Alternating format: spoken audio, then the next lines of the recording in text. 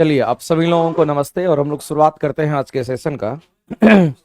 Live आ जाइए सभी लोग फटाफट करके। आज हम लोग 145 नंबर सेट का डिस्कशन देखने वाले होंगे, तो मेरे भाई आप सभी लोग फटाफट करके लाइव आ जाइए। 145 सेट नंबर 145 आपका डिस्कस होगा, जिसमें साइंस के लगभग 40 क्वेश्चंस को हम लोग यहाँ पर अभी देखने वाले हैं। सबसे पहला क्वेश्चंस के बारे में हमने आपको कई बार बताया है, और आर्किमिडीज प्रिंसिपल पर यह आधारित क्वेश्चन आपका है, और इसमें एसर्शन रीजन के क्वेश्चंस आपको दे रखे हैं। तो सबसे पहला चीज तो आपको यह समझना है कि इसका एसर्शन क्या कहता है, और इसके हिसाब से जो हमारा रीजन दे रखा है वो उसका रीजन है या नहीं है, उस पर वेरीफाई भी करना होता है। तो एक जगह आपको एसर्शन है और एक जगह पर इसका रीजन आपको दे रखा है, दोनों के बारे में आपको बताना है कि सही क्या गलत है। तो सबसे पहला चीज हम लोग क्या पढ़ते हैं, तो एसर्शन को पढ़ते हैं। और एसर्शन हमारा क्या कहता है, कहता है कि जब कोई वस्तु किसी तरल में डुबाई जाती है, तरल का मतलब क्या होता है, द्रव या गैस, तरल में डुबाई जाती है तो वह एक उत्प्लावन बल बुआइंट फोर्स का अनुभव करती है और वो वस्तु हल्का फील होने लगता है। मेरे भाई सबसे पहले तो आपको यह समझना है कि जो तरल पदार्थ हमारा होगा वो क्या होगा। तो तरल पदार्थ का मतलब होता है या तो आप इसको द्रव कहेंगे या फिर इसको आप गैस कहेंगे, और इसी तरल पदार्थ में आपको बुआयंसी फोर्स देखने को मिलता है। तरल पदार्थ में ही आपको बुआयंसी फोर्स देखने को मिलता है, जिसको हम लोग इंग्लिश में क्या कहते हैं, इंग्लिश में तो इसको हम लोग बुआयंसी फोर्स कहते हैं, इंग्लिश में इसको बुआयंसी फोर्स कहते हैं, और हिंदी में इसी को उत्प्लावन बल कहा जाता है। इस बात को आप ध्यान रखेंगे, यहां पर उत्प्लावन बल हमारा होता है, इस बात को आप ध्यान रखना। तो मेरे भाई तरल पदार्थ में होगा, ये ठोस में हमारा उत्प्लावन बल काम नहीं करता है, और इसी उत्प्लावन बल के कारण अगर किसी द्रव में किसी ठोस को डुबाते हैं तो उसके भार में कमी फील होती है। तो मेरे भाई इस बात को ध्यान रखना, किसी भी ठोस पदार्थ की हम बात करते हैं, किसी भी या ठोस पदार्थ कहिए या किसी भी ठोस वस्तु को तरल पदार्थ में डुबाने पर, तरल पदार्थ कहने का मतलब द्रव और गैस, तो तरल पदार्थ में डुबाने पर उसके भार में आभासी कमी फील होती है, उसके भार में आभासी कमी, थोड़ा कमी फील होता है, आभासी कमी महसूस होता है, आभासी कमी जो है ये महसूस होता है, और जिसके कारण ऐसा महसूस होता है उसी को हम लोग बुआयंसी फोर्स कहते हैं। तो मेरे भाई बुआयंसी फोर्स हमारा क्या है, किसी भी ठोस वस्तु को तरल पदार्थ में डुबाने पर उसके भार में आभासी कमी ला देता है, उसी को हम लोग उत्प्लावन कहते हैं। आभासी कमी ला देता है, आप इसको ऐसे समझिए, ला देता है, उसी को हम लोग क्या कहते हैं, तो यहां पर बुआयंसी फोर्स कहते हैं। अब ये आता है कि बुआयंसी फोर्स एक्चुअली में होता कितना है, तो जो बुआयंसी, बी फॉर बुआयंसी, एफ मतलब फोर्स, बुआयंसी फोर्स हमारा कितना होता है, तो मेरे भाई याद रखना कि बुआयंसी फोर्स विस्थापित द्रव के भार के बराबर होता है। ये हमारा विस्थापित द्रव का जो भार होता है उसका भार आप मेजरमेंट कर लीजिए, और विस्थापित द्रव का जो भार होगा उतना ही बुआयंसी फोर्स होता है।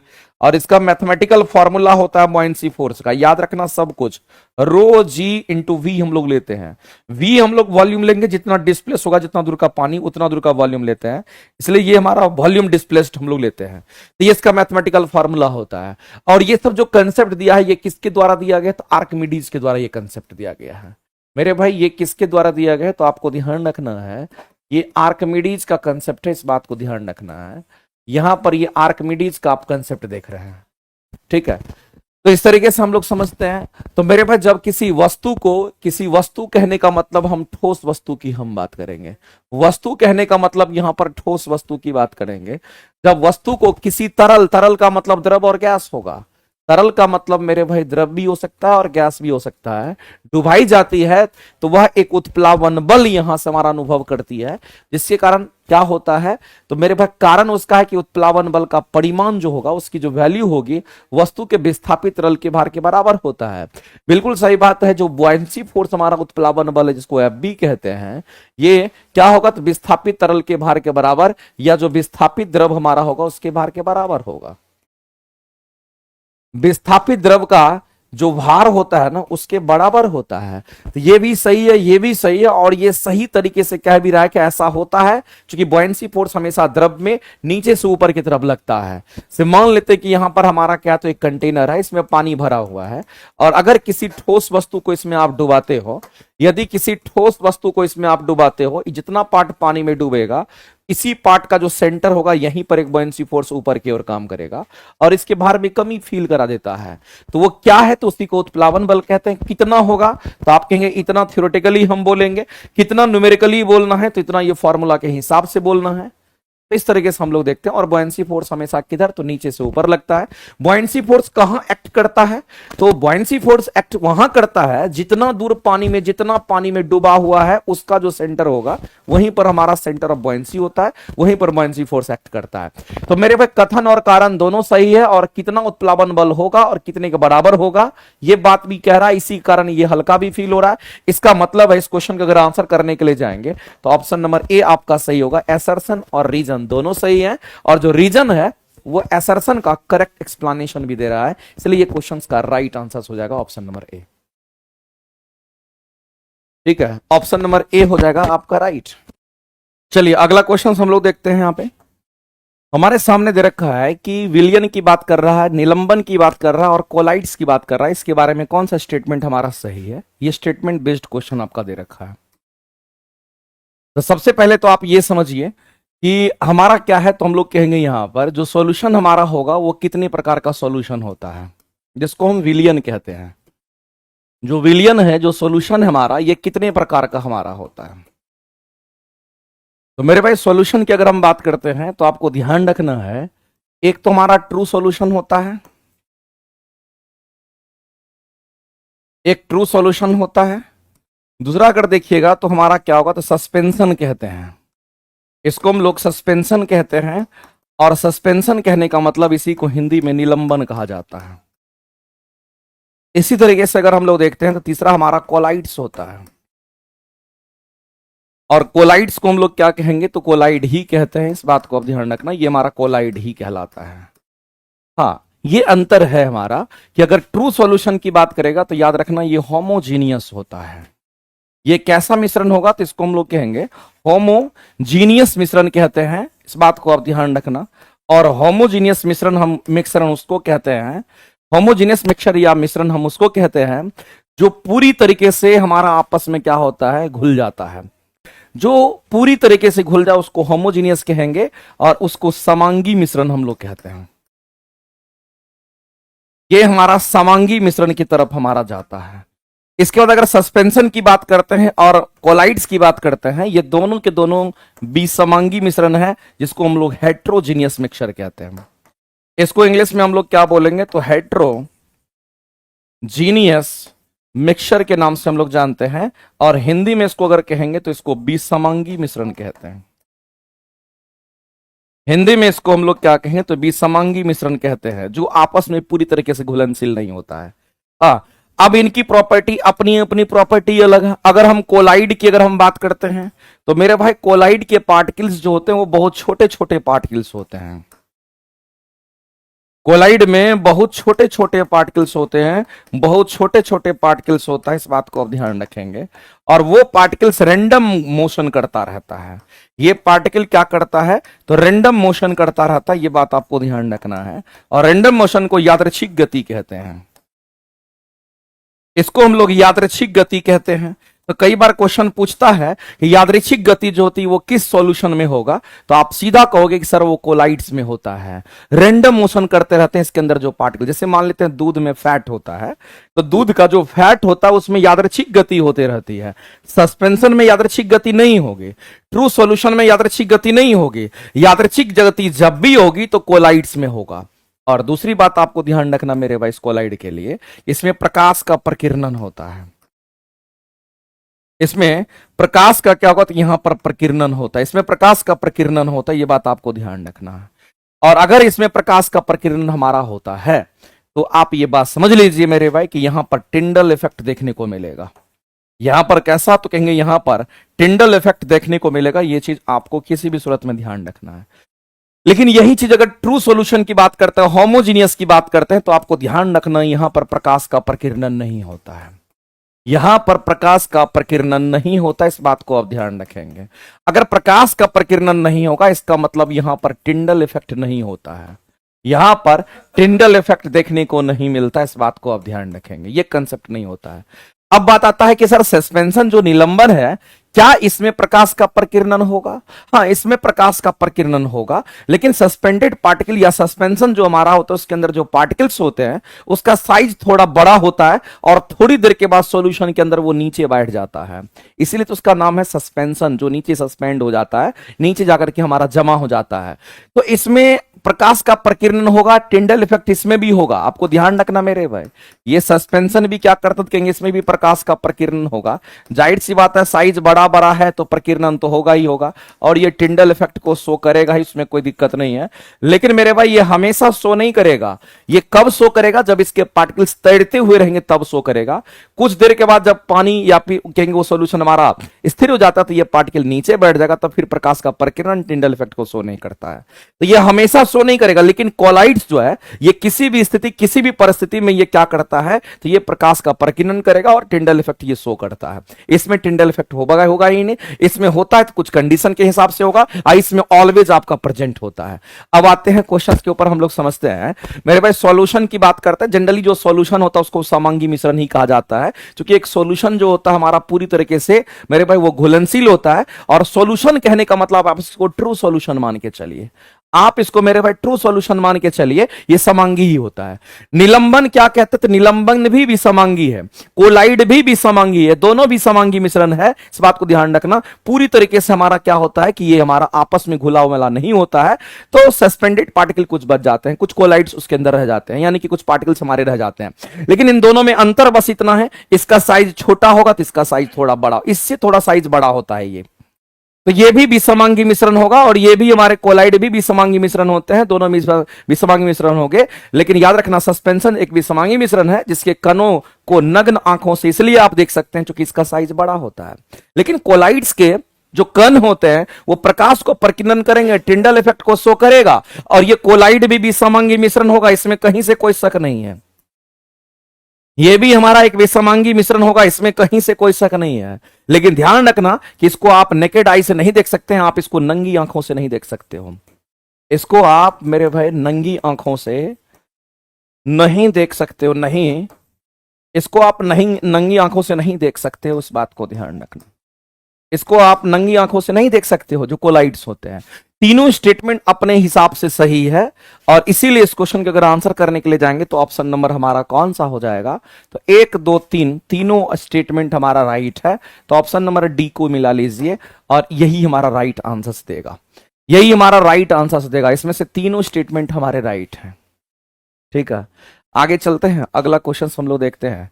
मेरे भाई जितने लोग लाइव देख रहे हैं सभी लोग सेशन को लाइक भी करेंगे और शेयर भी करेंगे। और एक बात याद रखिएगा, आपने देखा होगा 2 दिन पहले जो आर्टिकल छपा है पेपर में, उसमें बोला गया है कि टीचर की वैकेंसी 1 लाख प्लस आएगी। और 1 लाख प्लस कहने का मतलब है आपको खुट्टा गाड़ करके उस दिन तक मेहनत करना है जिस दिन आपका एग्जाम हो नहीं जाता है। आपको लगता होगा कि आज हम पढ़ना छोड़ देंगे, 10 दिन घूम करके आ जाएंगे, 15 दिन घूम करके आ जाएंगे, आप कितने बच्चों के पीछे रह जाएंगे आप सोच भी नहीं सकते हैं। अगर इंस्टीट्यूट आपके साथ है, टीचर अगर आपके साथ हैं, तो आप क्यों पीछे रहोगे? आप थोड़ा मेहनत लगाइए, अपना एफर्ट लगाइए, कंटिन्यूस मेहनत कीजिए, जिस रिदम में तैयारी कर रहे हैं, जिस दिन भी एग्जाम होगा उस दिन अपना आपको 100% दे करके आना है। देखिएगा रिजल्ट आपका उसी से हो जाएगा। लेकिन होता क्या है, बहुत बच्चे जो हैं बाद में वो एक्शन लेते हैं, जब कहानी खत्म हो जाती है तब वो एक्शन लेकर के भी क्या करेगा। लास्ट मोमेंट में तैयारी करने से बढ़िया है कि आप पहले से ही पढ़े हुए चीज का बार बार रिवीजन, जो क्वेश्चंस आप ऑलरेडी कर चुके हैं उसका रिवीजन, यूट्यूब पर जो क्लासेस चलती है उसका काम करिए, एनसीईआरटी का काम कीजिए। आप अपने आप को सोच लीजिए कि इस बार एग्जाम जिस दिन हो गया उस दिन मेरा रिजल्ट कंफर्म हो। चलिए आगे चलते हैं, अगला क्वेश्चन तब तक देखते हैं। अगला क्वेश्चन हमारा कहता है कि कौन सा कथन पादप उत्तक के बारे में सही स्टेटमेंट को बताता है। मेरे भाई प्लांट टिश्यू की बात कही गई है, पादप उत्तक की बात कही गई है, तो हम सभी लोग जानते हैं कि जब कभी भी प्लांट टिश्यू कई बार बता चुके हैं और इतना ही क्वेश्चंस आपको एग्जाम में आते रहता है।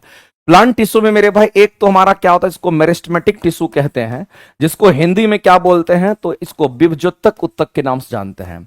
इसका नाम होता है विभज्योतक उत्तक। इस बात को ध्यान रखना, नाम से ही पता चलता है विभज्योतक, इसका मतलब होता है कि इसमें कोशिका विभाजन होती है। ये एक विभज्योतक उत्तक होता है और इसमें कोशिका विभाजन होती है, इस बात को ध्यान रखना। इसके अंदर सेल डिवीजन होता है, इसमें कोशिका विभाजन होता है। और जब कोशिका विभाजन होगा तो मेरे भाई यहां पर पौधे की क्या होगी, तो कहेंगे पौधे में वृद्धि हो जाती है। यहां पर पौधे में वृद्धि हो जाती है, इस बात को ध्यान रखना। तो इसमें एक टिश्यू तो हमारा क्लियर हो गया कि ये मेरिस्टेमेटिक टिश्यू होगा, इसमें कहीं से कोई दिक्कत नहीं है। और दूसरा टिश्यू के बारे में हम लोग जानते हैं, तो दूसरा हमारा होता है परमानेंट टिश्यू। और परमानेंट टिश्यू को हम लोग कहते हैं अस्थायी उत्तक। लेकिन एक बात याद रखना मेरे भाई, ये जो अस्थायी उत्तक हमारा होता है, इसको अस्थायी उत्तक हम क्यों कहते हैं? कुछ ऐसे उत्तक होते हैं जो कोशिका विभाजन करने की क्षमता खो देता है और वह परमानेंट हो जाता है, उसमें फिर से सेल डिवीजन नहीं हो पाता है, उसी को परमानेंट टिश्यू कहते हैं। और परमानेंट टिश्यू भी दो पार्ट्स में बट गया है, एक हमारा सरल अस्थायी उत्तक को, एक को कहते हैं हम लोग सरल अस्थायी उत्तक, तो एक को हम लोग क्या कहते हैं मेरे भाई, तो जटिल अस्थायी उत्तक कहते हैं। पूरा एकदम याद रहना चाहिए। और जो जटिल अस्थायी उत्तक हमारा होता है, इसी के अंतर्गत हमारा जाइलम और फ्लोएम आता है। इसी में जाइलम आता है और इसी के अंतर्गत हमारा फ्लोएम भी आता है। और सरल अस्थायी उत्तक में याद रखना पेरेन्काइमा आएगा, कोइलेन्काइमा आएगा और स्क्लेरेन्काइमा हमारा आता है, इस बात को ध्यान रखना। तो मेरे भाई अब हम लोग चलते हैं सही स्टेटमेंट को ढूंढते हैं। विभज्योतक उत्तक हमारा जो होता है, इसको मेरिस्टेमेटिक टिश्यू कहते हैं, जिसमें सेल डिवीजन होगा, कोशिका विभाजन होगा। विभज्योतक नाम से ही पता चलता है, इसमें लगातार विभाजन होने लगती है, तो लगातार विभाजित होने वाली कोशिकाएं होती है, इसमें सेल डिवीजन लगातार चलता रहता है, पौधे का ग्रोथ होता है। अस्थाई उत्तक की अगर हम बात करते हैं मेरे भाई, तो जो विभज्योतक उत्तक हमारा जिसमें प्लांट का ग्रोथ होता है, अगर अस्थाई उत्तक की बात करते हैं तो उसमें याद रखना सेल डिवीजन की क्षमता को वो खो देता है, इसलिए उसको अस्थाई उत्तक कहते हैं। तो बहुत सारे प्लांट में ऐसे उत्तक होते हैं, कुछ दिनों के बाद क्या करता है, वो पूरी तरह से अस्थाई हो जाता है, उसका फिर डिवीजन नहीं हो पाता है। तो अस्थाई उत्तक हम किसको कहते हैं, उसका डेफिनेशन लिखा हुआ है। अस्थाई उत्तक हम उसको कहते हैं कि विभज्योतक उत्तक से बनते हैं जो विभाजित होने की क्षमता को खो देता है, जो आगे फर्दर सेल डिवीजन नहीं कर पाएगा, उसी को अस्थाई उत्तक कहते हैं। और अस्थाई उत्तक में ये सारे उत्तक आपके आते हैं मेरे भाई। याद रखना पेरेन्काइमा, कोइलेन्काइमा, स्क्लेरेन्काइमा। पेरेन्काइमा को हमने पी से दिखाया, कोइलेन्काइमा को सी से दिखाया और स्क्लेरेन्काइमा को हमने एस से दिखाया। ये सभी के सभी सरल अस्थायी उत्तक है। ये सरल भी है, सरल यानी कि सिंपल परमानेंट टिश्यू है, सरल अस्थायी उत्तक है, परमानेंट सरल अस्थायी उत्तक है, पेरेन्काइमा, कोइलेन्काइमा और हमारा स्क्लेरेन्काइमा। इसका मतलब है कि इस क्वेश्चन के अगर आप आंसर करने के लिए जाओगे, कौन कौन सा स्टेटमेंट सही है, तो पहला तो सही है ही, ये क्षमता खो देता है इसलिए स्थायी उत्तक बन जाता है। और जो सरल अस्थायी उत्तक हो हमारा ये तीनों होगा, और जटिल बोलेगा तो जाइलम और फ्लोएम कहेंगे। तो ये स्टेटमेंट तीनों के तीनों सही हैं। तो आप ही बताओ मेरे भाई इस क्वेश्चन के आंसर क्या करोगे? तो आप सीधा कहोगे सर इस क्वेश्चन का आंसर डी लगाएंगे, ऑप्शन नंबर डी राइट हो जाएगा। ऑप्शन से डी हमारे राइट हो जाएंगे, इसमें कहीं से किसी को दिक्कत नहीं होना चाहिए। पेरेन्काइमा जड़ तना में संग्रह करता है भोजन का, कोइलेन्काइमा प्लांट को लचीला बनाता है, स्क्लेरेन्काइमा क्या करता है, तना का बाहरी आवरण हार्ड होता है, बीज का बाहरी आवरण हार्ड होता है। ये सब स्क्लेरेन्काइमा के कारण होता है, याद रखेंगे। आगे चलते हैं। अगला मेरे भाई दे रखा है कि साबुनीकरण। हम लोग जानते हैं सेपोनिफिकेशन का जो प्रोसेस हमारा होता है मेरे भाई, साबुनीकरण की बात अगर करते हैं तो आपको ध्यान रखना है कि जब कभी भी हम साबुनीकरण की अगर बात करते हैं, जिसको सेपोनिफिकेशन कहते हैं, इस प्रोसेस को हम लोग क्या कहते हैं, इसको हम लोग सेपोनिफिकेशन के नाम से जानते हैं। साबुन बनाने की जो विधि होती है उसको सेपोनिफिकेशन कहते हैं। तो मेरे भाई साबुनीकरण क्या है? एक प्रक्रिया है जिसमें साबुन तैयार होता है। ये सर्सन सही है। अगला रीजन देखते हैं, क्या ये सही है?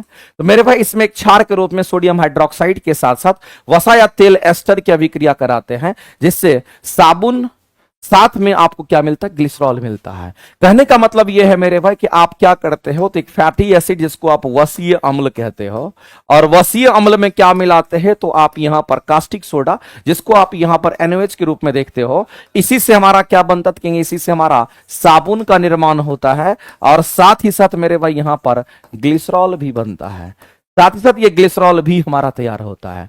तो आपको ध्यान रखना, सेपोनिफिकेशन का जो प्रोसेस हमारा होता है, उस प्रोसेस में ये प्रोसेस हमारा होता है, इस बात को आप ध्यान रखेंगे। तो मेरे भाई कुछ इस तरीके से ये हमारा रिएक्शन होता है, तब जाकर के हम कहते हैं कि साबुन का निर्माण होता है और ग्लिसरॉल बनता है। मेरे भाई यहां पर आपको ध्यान रखना है, ये जो ग्लिसरॉल हमारा होता है इसका फंक्शन क्या होता है, तो आपको ध्यान रखना है कि जो ग्लिसरॉल हमारा होता है इसका फंक्शन होता है साबुन को ये पारदर्शी बनाता है।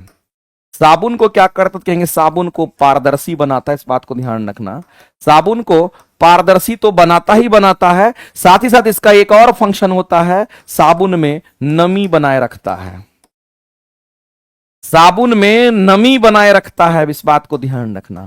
साबुन में नमी बनाए रखता है, इस बात को भी ध्यान रखेंगे। इनका ये दो मेन फंक्शन होता है ग्लिसरॉल का, इसी को ग्लिसरीन भी कहा जाता है, इसमें कोई दिक्कत नहीं है। तो सेपोनिफिकेशन हमारा ये है, इस बात को ध्यान रखेंगे।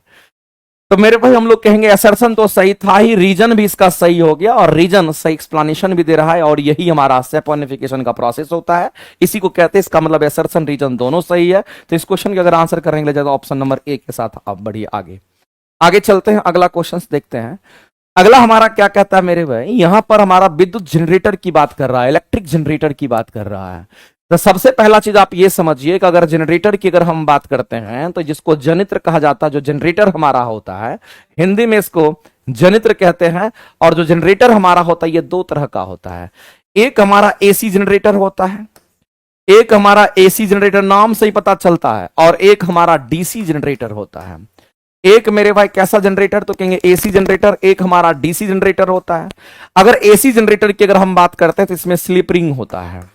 इसमें क्या होगा मेरे भाई, तो आपको ध्यान रखना है, इसमें स्लिप रिंग लगा हुआ रहता है, और ये जो स्लिप रिंग हमारा होता है ये क्या करता है, एसी यानी प्रत्यावर्ती धारा को उत्पन्न करता है। ये किसको उत्पन्न करेगा, तो कहेंगे जो प्रत्यावर्ती धारा हमारा होता है ये प्रत्यावर्ती धारा को उत्पन्न करता है। इस प्रत्यावर्ती धारा को उत्पन्न करने का काम करता है, इस बात को ध्यान रखेंगे। ये हमारा इसमें स्लिप रिंग लगा रहा था, जबकि डीसी जनरेटर में स्प्लिट रिंग लगा रहा था। इसमें मेरे भाई क्या होगा, तो कहेंगे इसमें स्प्लिट रिंग लगा रहता है, इसमें हम लोग कहेंगे यहां स्लिप रिंग होगा, SLIP, यहां स्प्लिट रिंग लगा रहता है। और ये जो स्प्लिट रिंग हमारा होता है ये क्या करता है मेरे भाई, तो धारा की दिशा को बदलता है।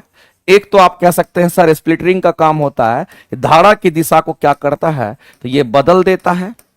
धारा की दिशा को ये अगर क्लॉकवाइज है तो उसको एंटी क्लॉकवाइज कर देगा। और दूसरी बात मेरे भाई, इसी डीसी जनरेटर में हमारा कम्यूटेटर लगा रहता है। इसी में क्या लगा रहा था, कहेंगे इसी में हमारा कम्यूटेटर लगा रहता है। और ये कम्यूटेटर क्या करता था, डीसी डायरेक्ट करंट यानी जिसको दिष्ट धारा कहते हैं, ये डायरेक्ट करंट जिसको आप दिष्ट धारा कहते हैं इसको उत्पन्न करता है। ये क्या करता है मेरे भाई, तो आप सीधा कहेंगे डायरेक्ट करंट दिष्ट धारा उत्पन्न करता है। ये बात आपको ध्यान रखना है, उत्पन्न करता है।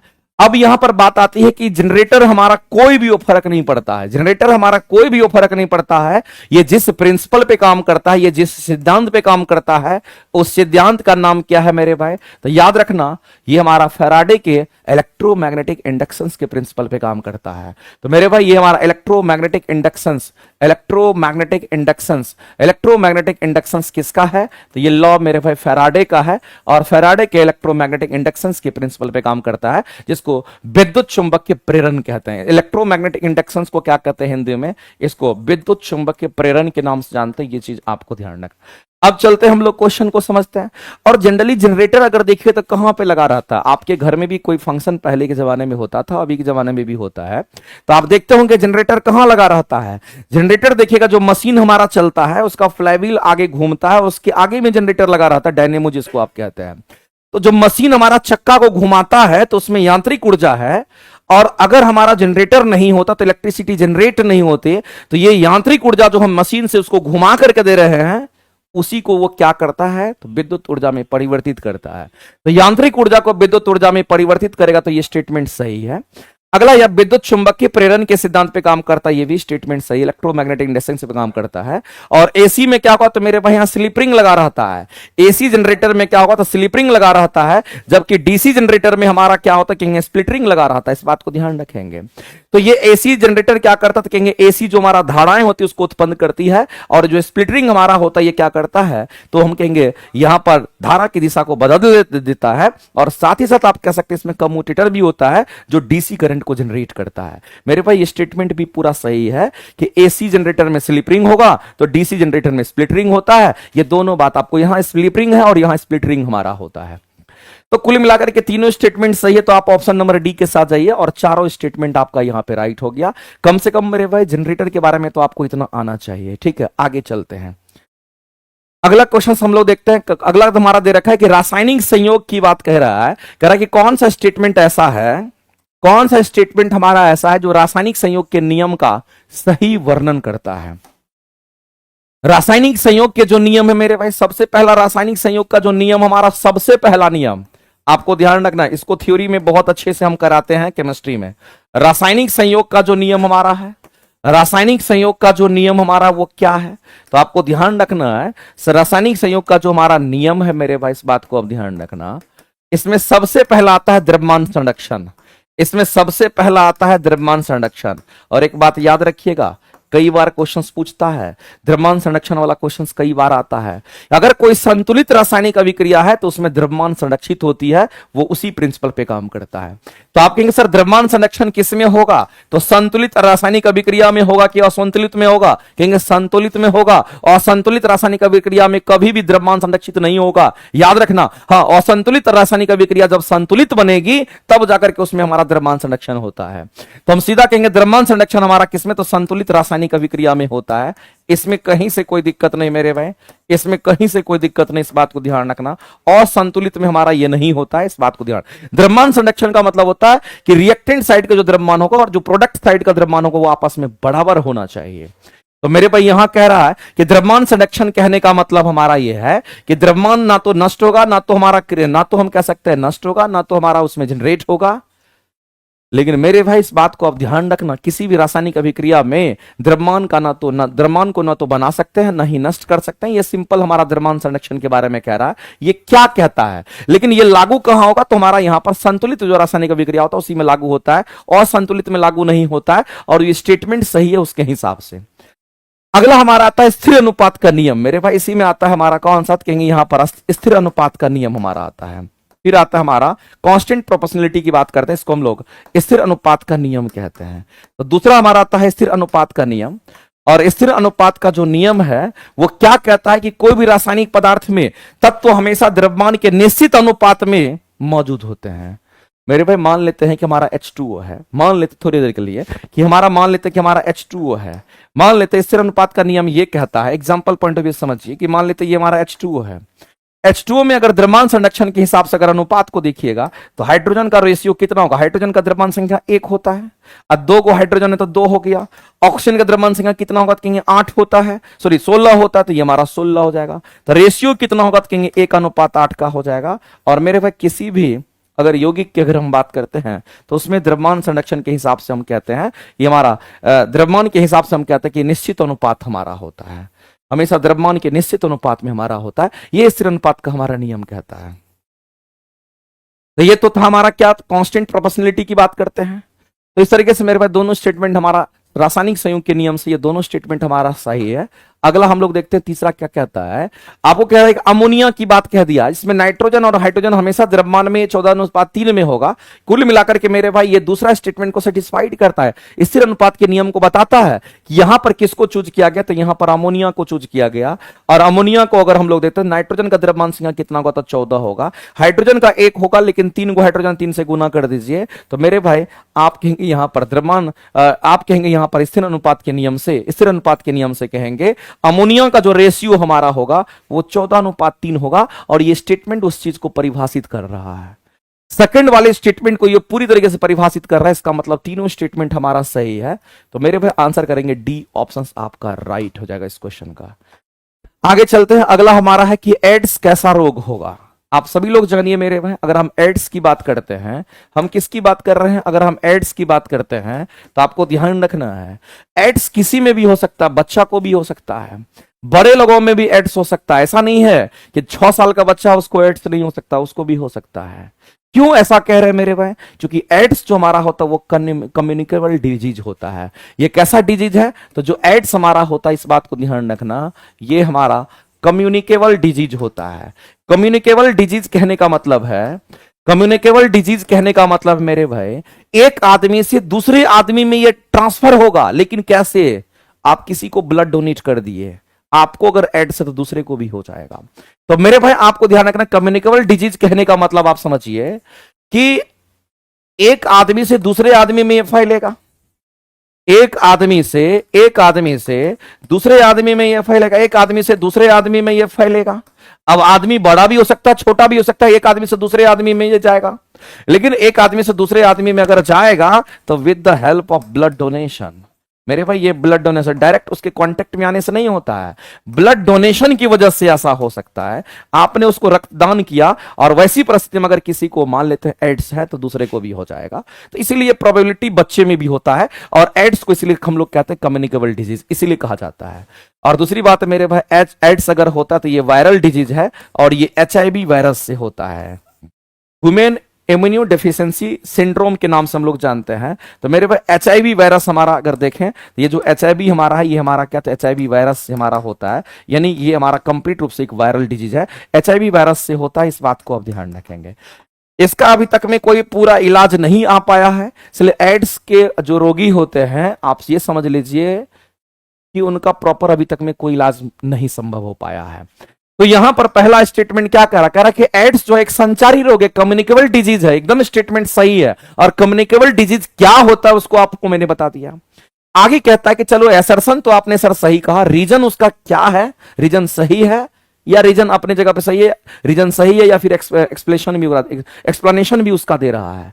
कहता है कि HIV हमारा जो है एक नामक वायरस के कारण होता है, बिल्कुल सही बात है। HIV जो एड्स होता है वो HIV के कारण होता है, ये बिल्कुल सही बात है। जो संक्रमित रक्त, मेरे पास संक्रमित रक्त कहने का मतलब है जिसके ब्लड में HIV है या जिसके वीर्ज में HIV है, या फिर अगर सेक्सुअल, आप ये कह सकते हैं यहां पर मेरे भाई जो सेक्सुअल रिलेशनशिप होता है वैसी परिस्थिति में जो तरल पदार्थ अगर योनि में भी हो, या फिर हम कह सकते हैं मेल फीमेल का कोई भी अगर मान लेते सेक्सुअल पार्ट में अगर हो, तो वैसी परिस्थिति में आप समझ लीजिए उसके संपर्क से भी ये फैल जाता है। तो आप कहेंगे ये सर कथन भी सही है, कारण भी सही है, और कारण जो है इसी के कारण, चूंकि ये कम्युनिकेबल डिजीज को ये बताता है कि ये संक्रमित रक्त के कारण, वीर्य के कारण योनि में तरल पदार्थ के संपर्क से फैल जाता है। यही चीज हमारा किसको बताता कहेंगे, संचारी रोग को बताता है, कम्युनिकेबल डिजीज को बताता है, जिससे मैंने आपको ब्लड डोनेशन के बारे में बात किया। इसका मतलब मेरे भाई असर्शन और रीजन दोनों सही है, और रीजन कह रहा है कि इसी की वजह से ऐसा इसको कहते हैं, इसका मतलब दोनों स्टेटमेंट करेक्ट होगा। आंसर ए के साथ जाएंगे। आगे चलते हैं मेरे भाई, अगला क्वेश्चन हम लोग देखते हैं। नेक्स्ट क्वेश्चन हमारा क्या कहता है कि द्विपद नामकरण जो दिया गया है किस प्रणाली के बारे में, कौन सा स्टेटमेंट गलत है। तो हम लोग जानते हैं मेरे भाई बाइनोमियल नोमेनक्लेचर जो दिया गया है वो किसके द्वारा दिया गया है, बाइनोमियल नोमेनक्लेचर की हम बात करते हैं। यहां पर बाइनोमियल नोमेनक्लेचर की हम बात करते हैं, बाइनोमियल नोमेनक्लेचर की अगर बात करते हैं तो मेरे भाई ये जो पद्धति दिया गया है ये किसके द्वारा दिया गया है, तो आपको पता होगा कार्लस लिनियस के द्वारा दिया गया है, या फिर आप इसको कार्ल लिनियस के नाम से आप जानिए। ये कार्ल लिनियस के द्वारा ये दिया गया, इस बात को ध्यान रखना, ये कार्ल लिनियस के द्वारा ये स्टेटमेंट दिया गया है। और द्विनाम पद्धति, जिसको हिंदी में इसको क्या कहते हैं, द्विनाम पद्धति कहते हैं, इस बात को ध्यान रखना। इसको हिंदी में द्विनाम पद्धति के नाम से हम लोग जानते हैं, ये बात आपको ध्यान रखना। और द्विनाम पद्धति में इन्होंने बोला था जो वर्गीकरण किया गया, जिसको हम लोग कार्लस लिनियस को फादर ऑफ टेक्सोनॉमी भी कहते हैं, इसको मेरे में फादर ऑफ टेक्सोनॉमी भी कहा जाता है, इस बात को ध्यान रखना। इसको हम लोग फादर ऑफ टेक्सोनॉमी के नाम से भी जानते हैं, ये फादर ऑफ टेक्सोनॉमी भी है।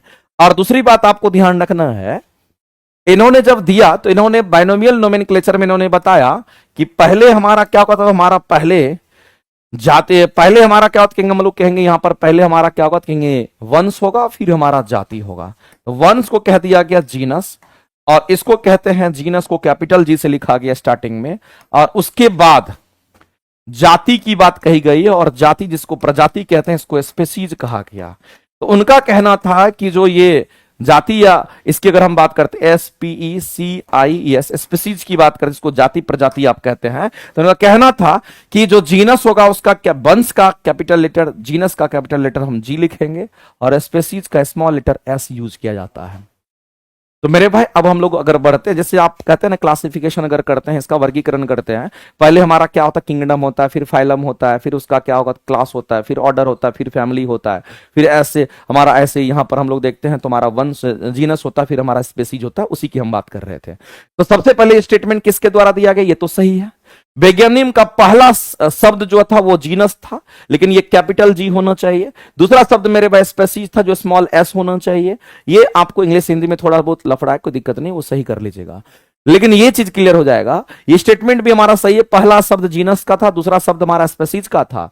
और इन्होंने लिखते समय वंश की अगर बात करते हैं और प्रजाति की बात करते हैं, वंश की बात करते हैं और प्रजाति की बात करते हैं, दोनों का पहला अक्षर कैपिटल नहीं लिया मेरे भाई। एक का अक्षर पहला अक्षर कैपिटल लिया और दूसरे का पहला अक्षर स्मॉल लिया था। तो ये स्टेटमेंट गलत है और गलत को ही ढूंढना था, इसलिए सी को गलत करिए।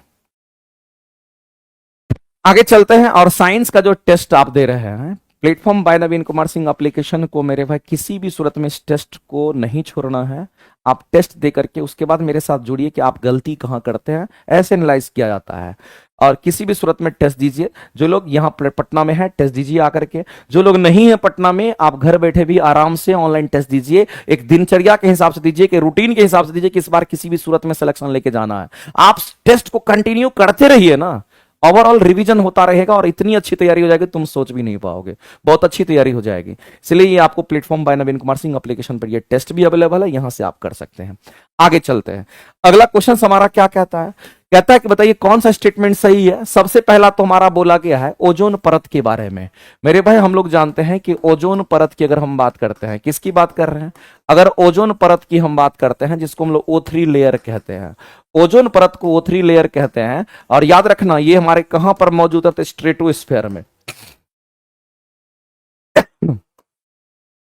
ये स्ट्रेटोस्फेयर में होता है, 90% तो स्ट्रेटोस्फेयर में होगा और 10% हमारा ट्रोपोस्फेयर में भी होता है।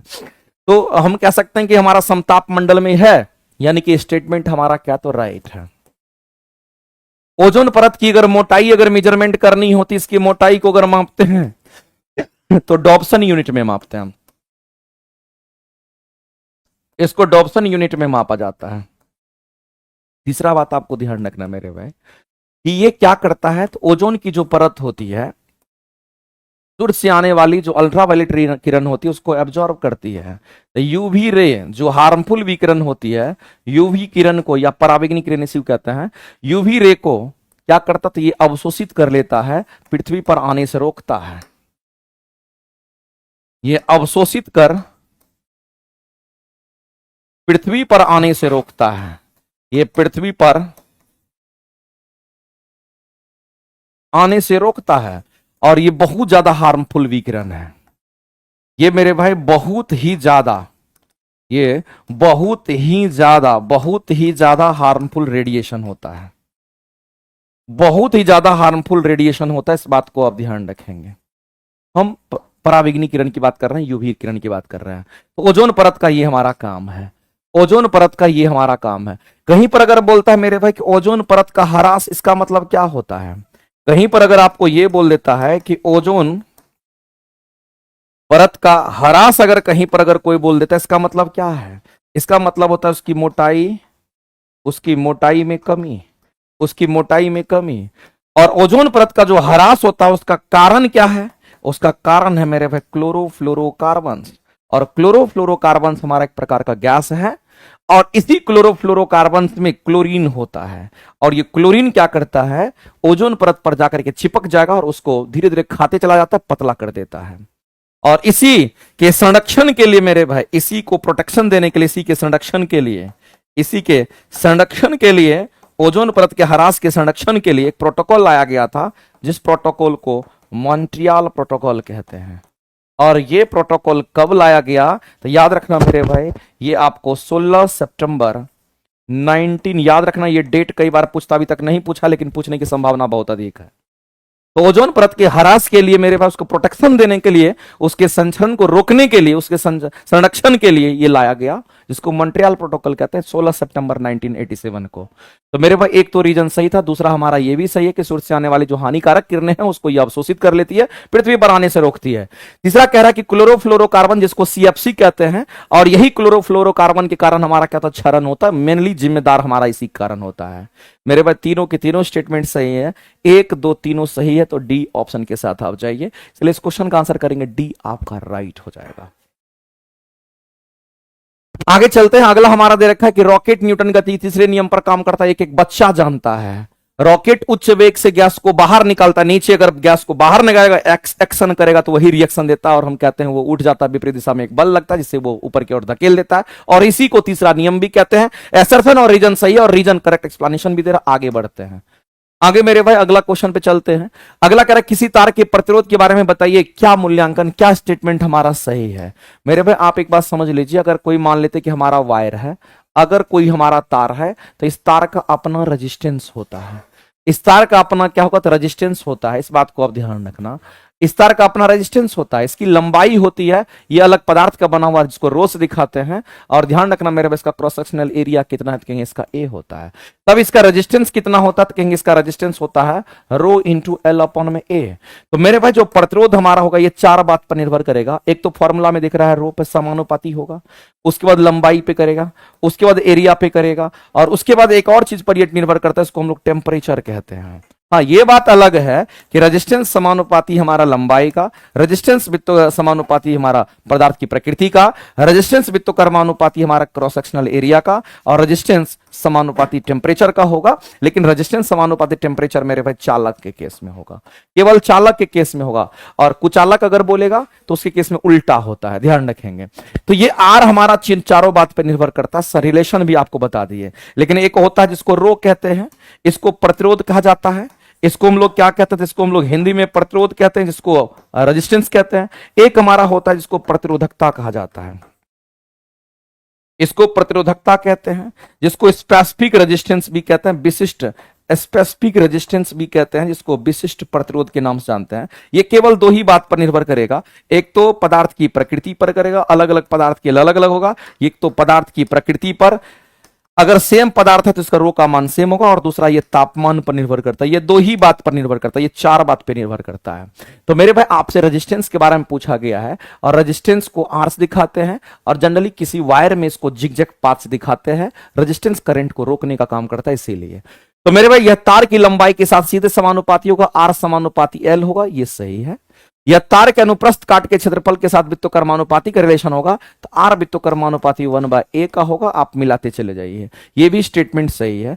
यह तार के पदार्थ की प्रकृति पर निर्भर करेगा, चूंकि रेजिस्टेंस समानुपाती रो का होता है, तो मेरे भाई ये भी स्टेटमेंट सही है।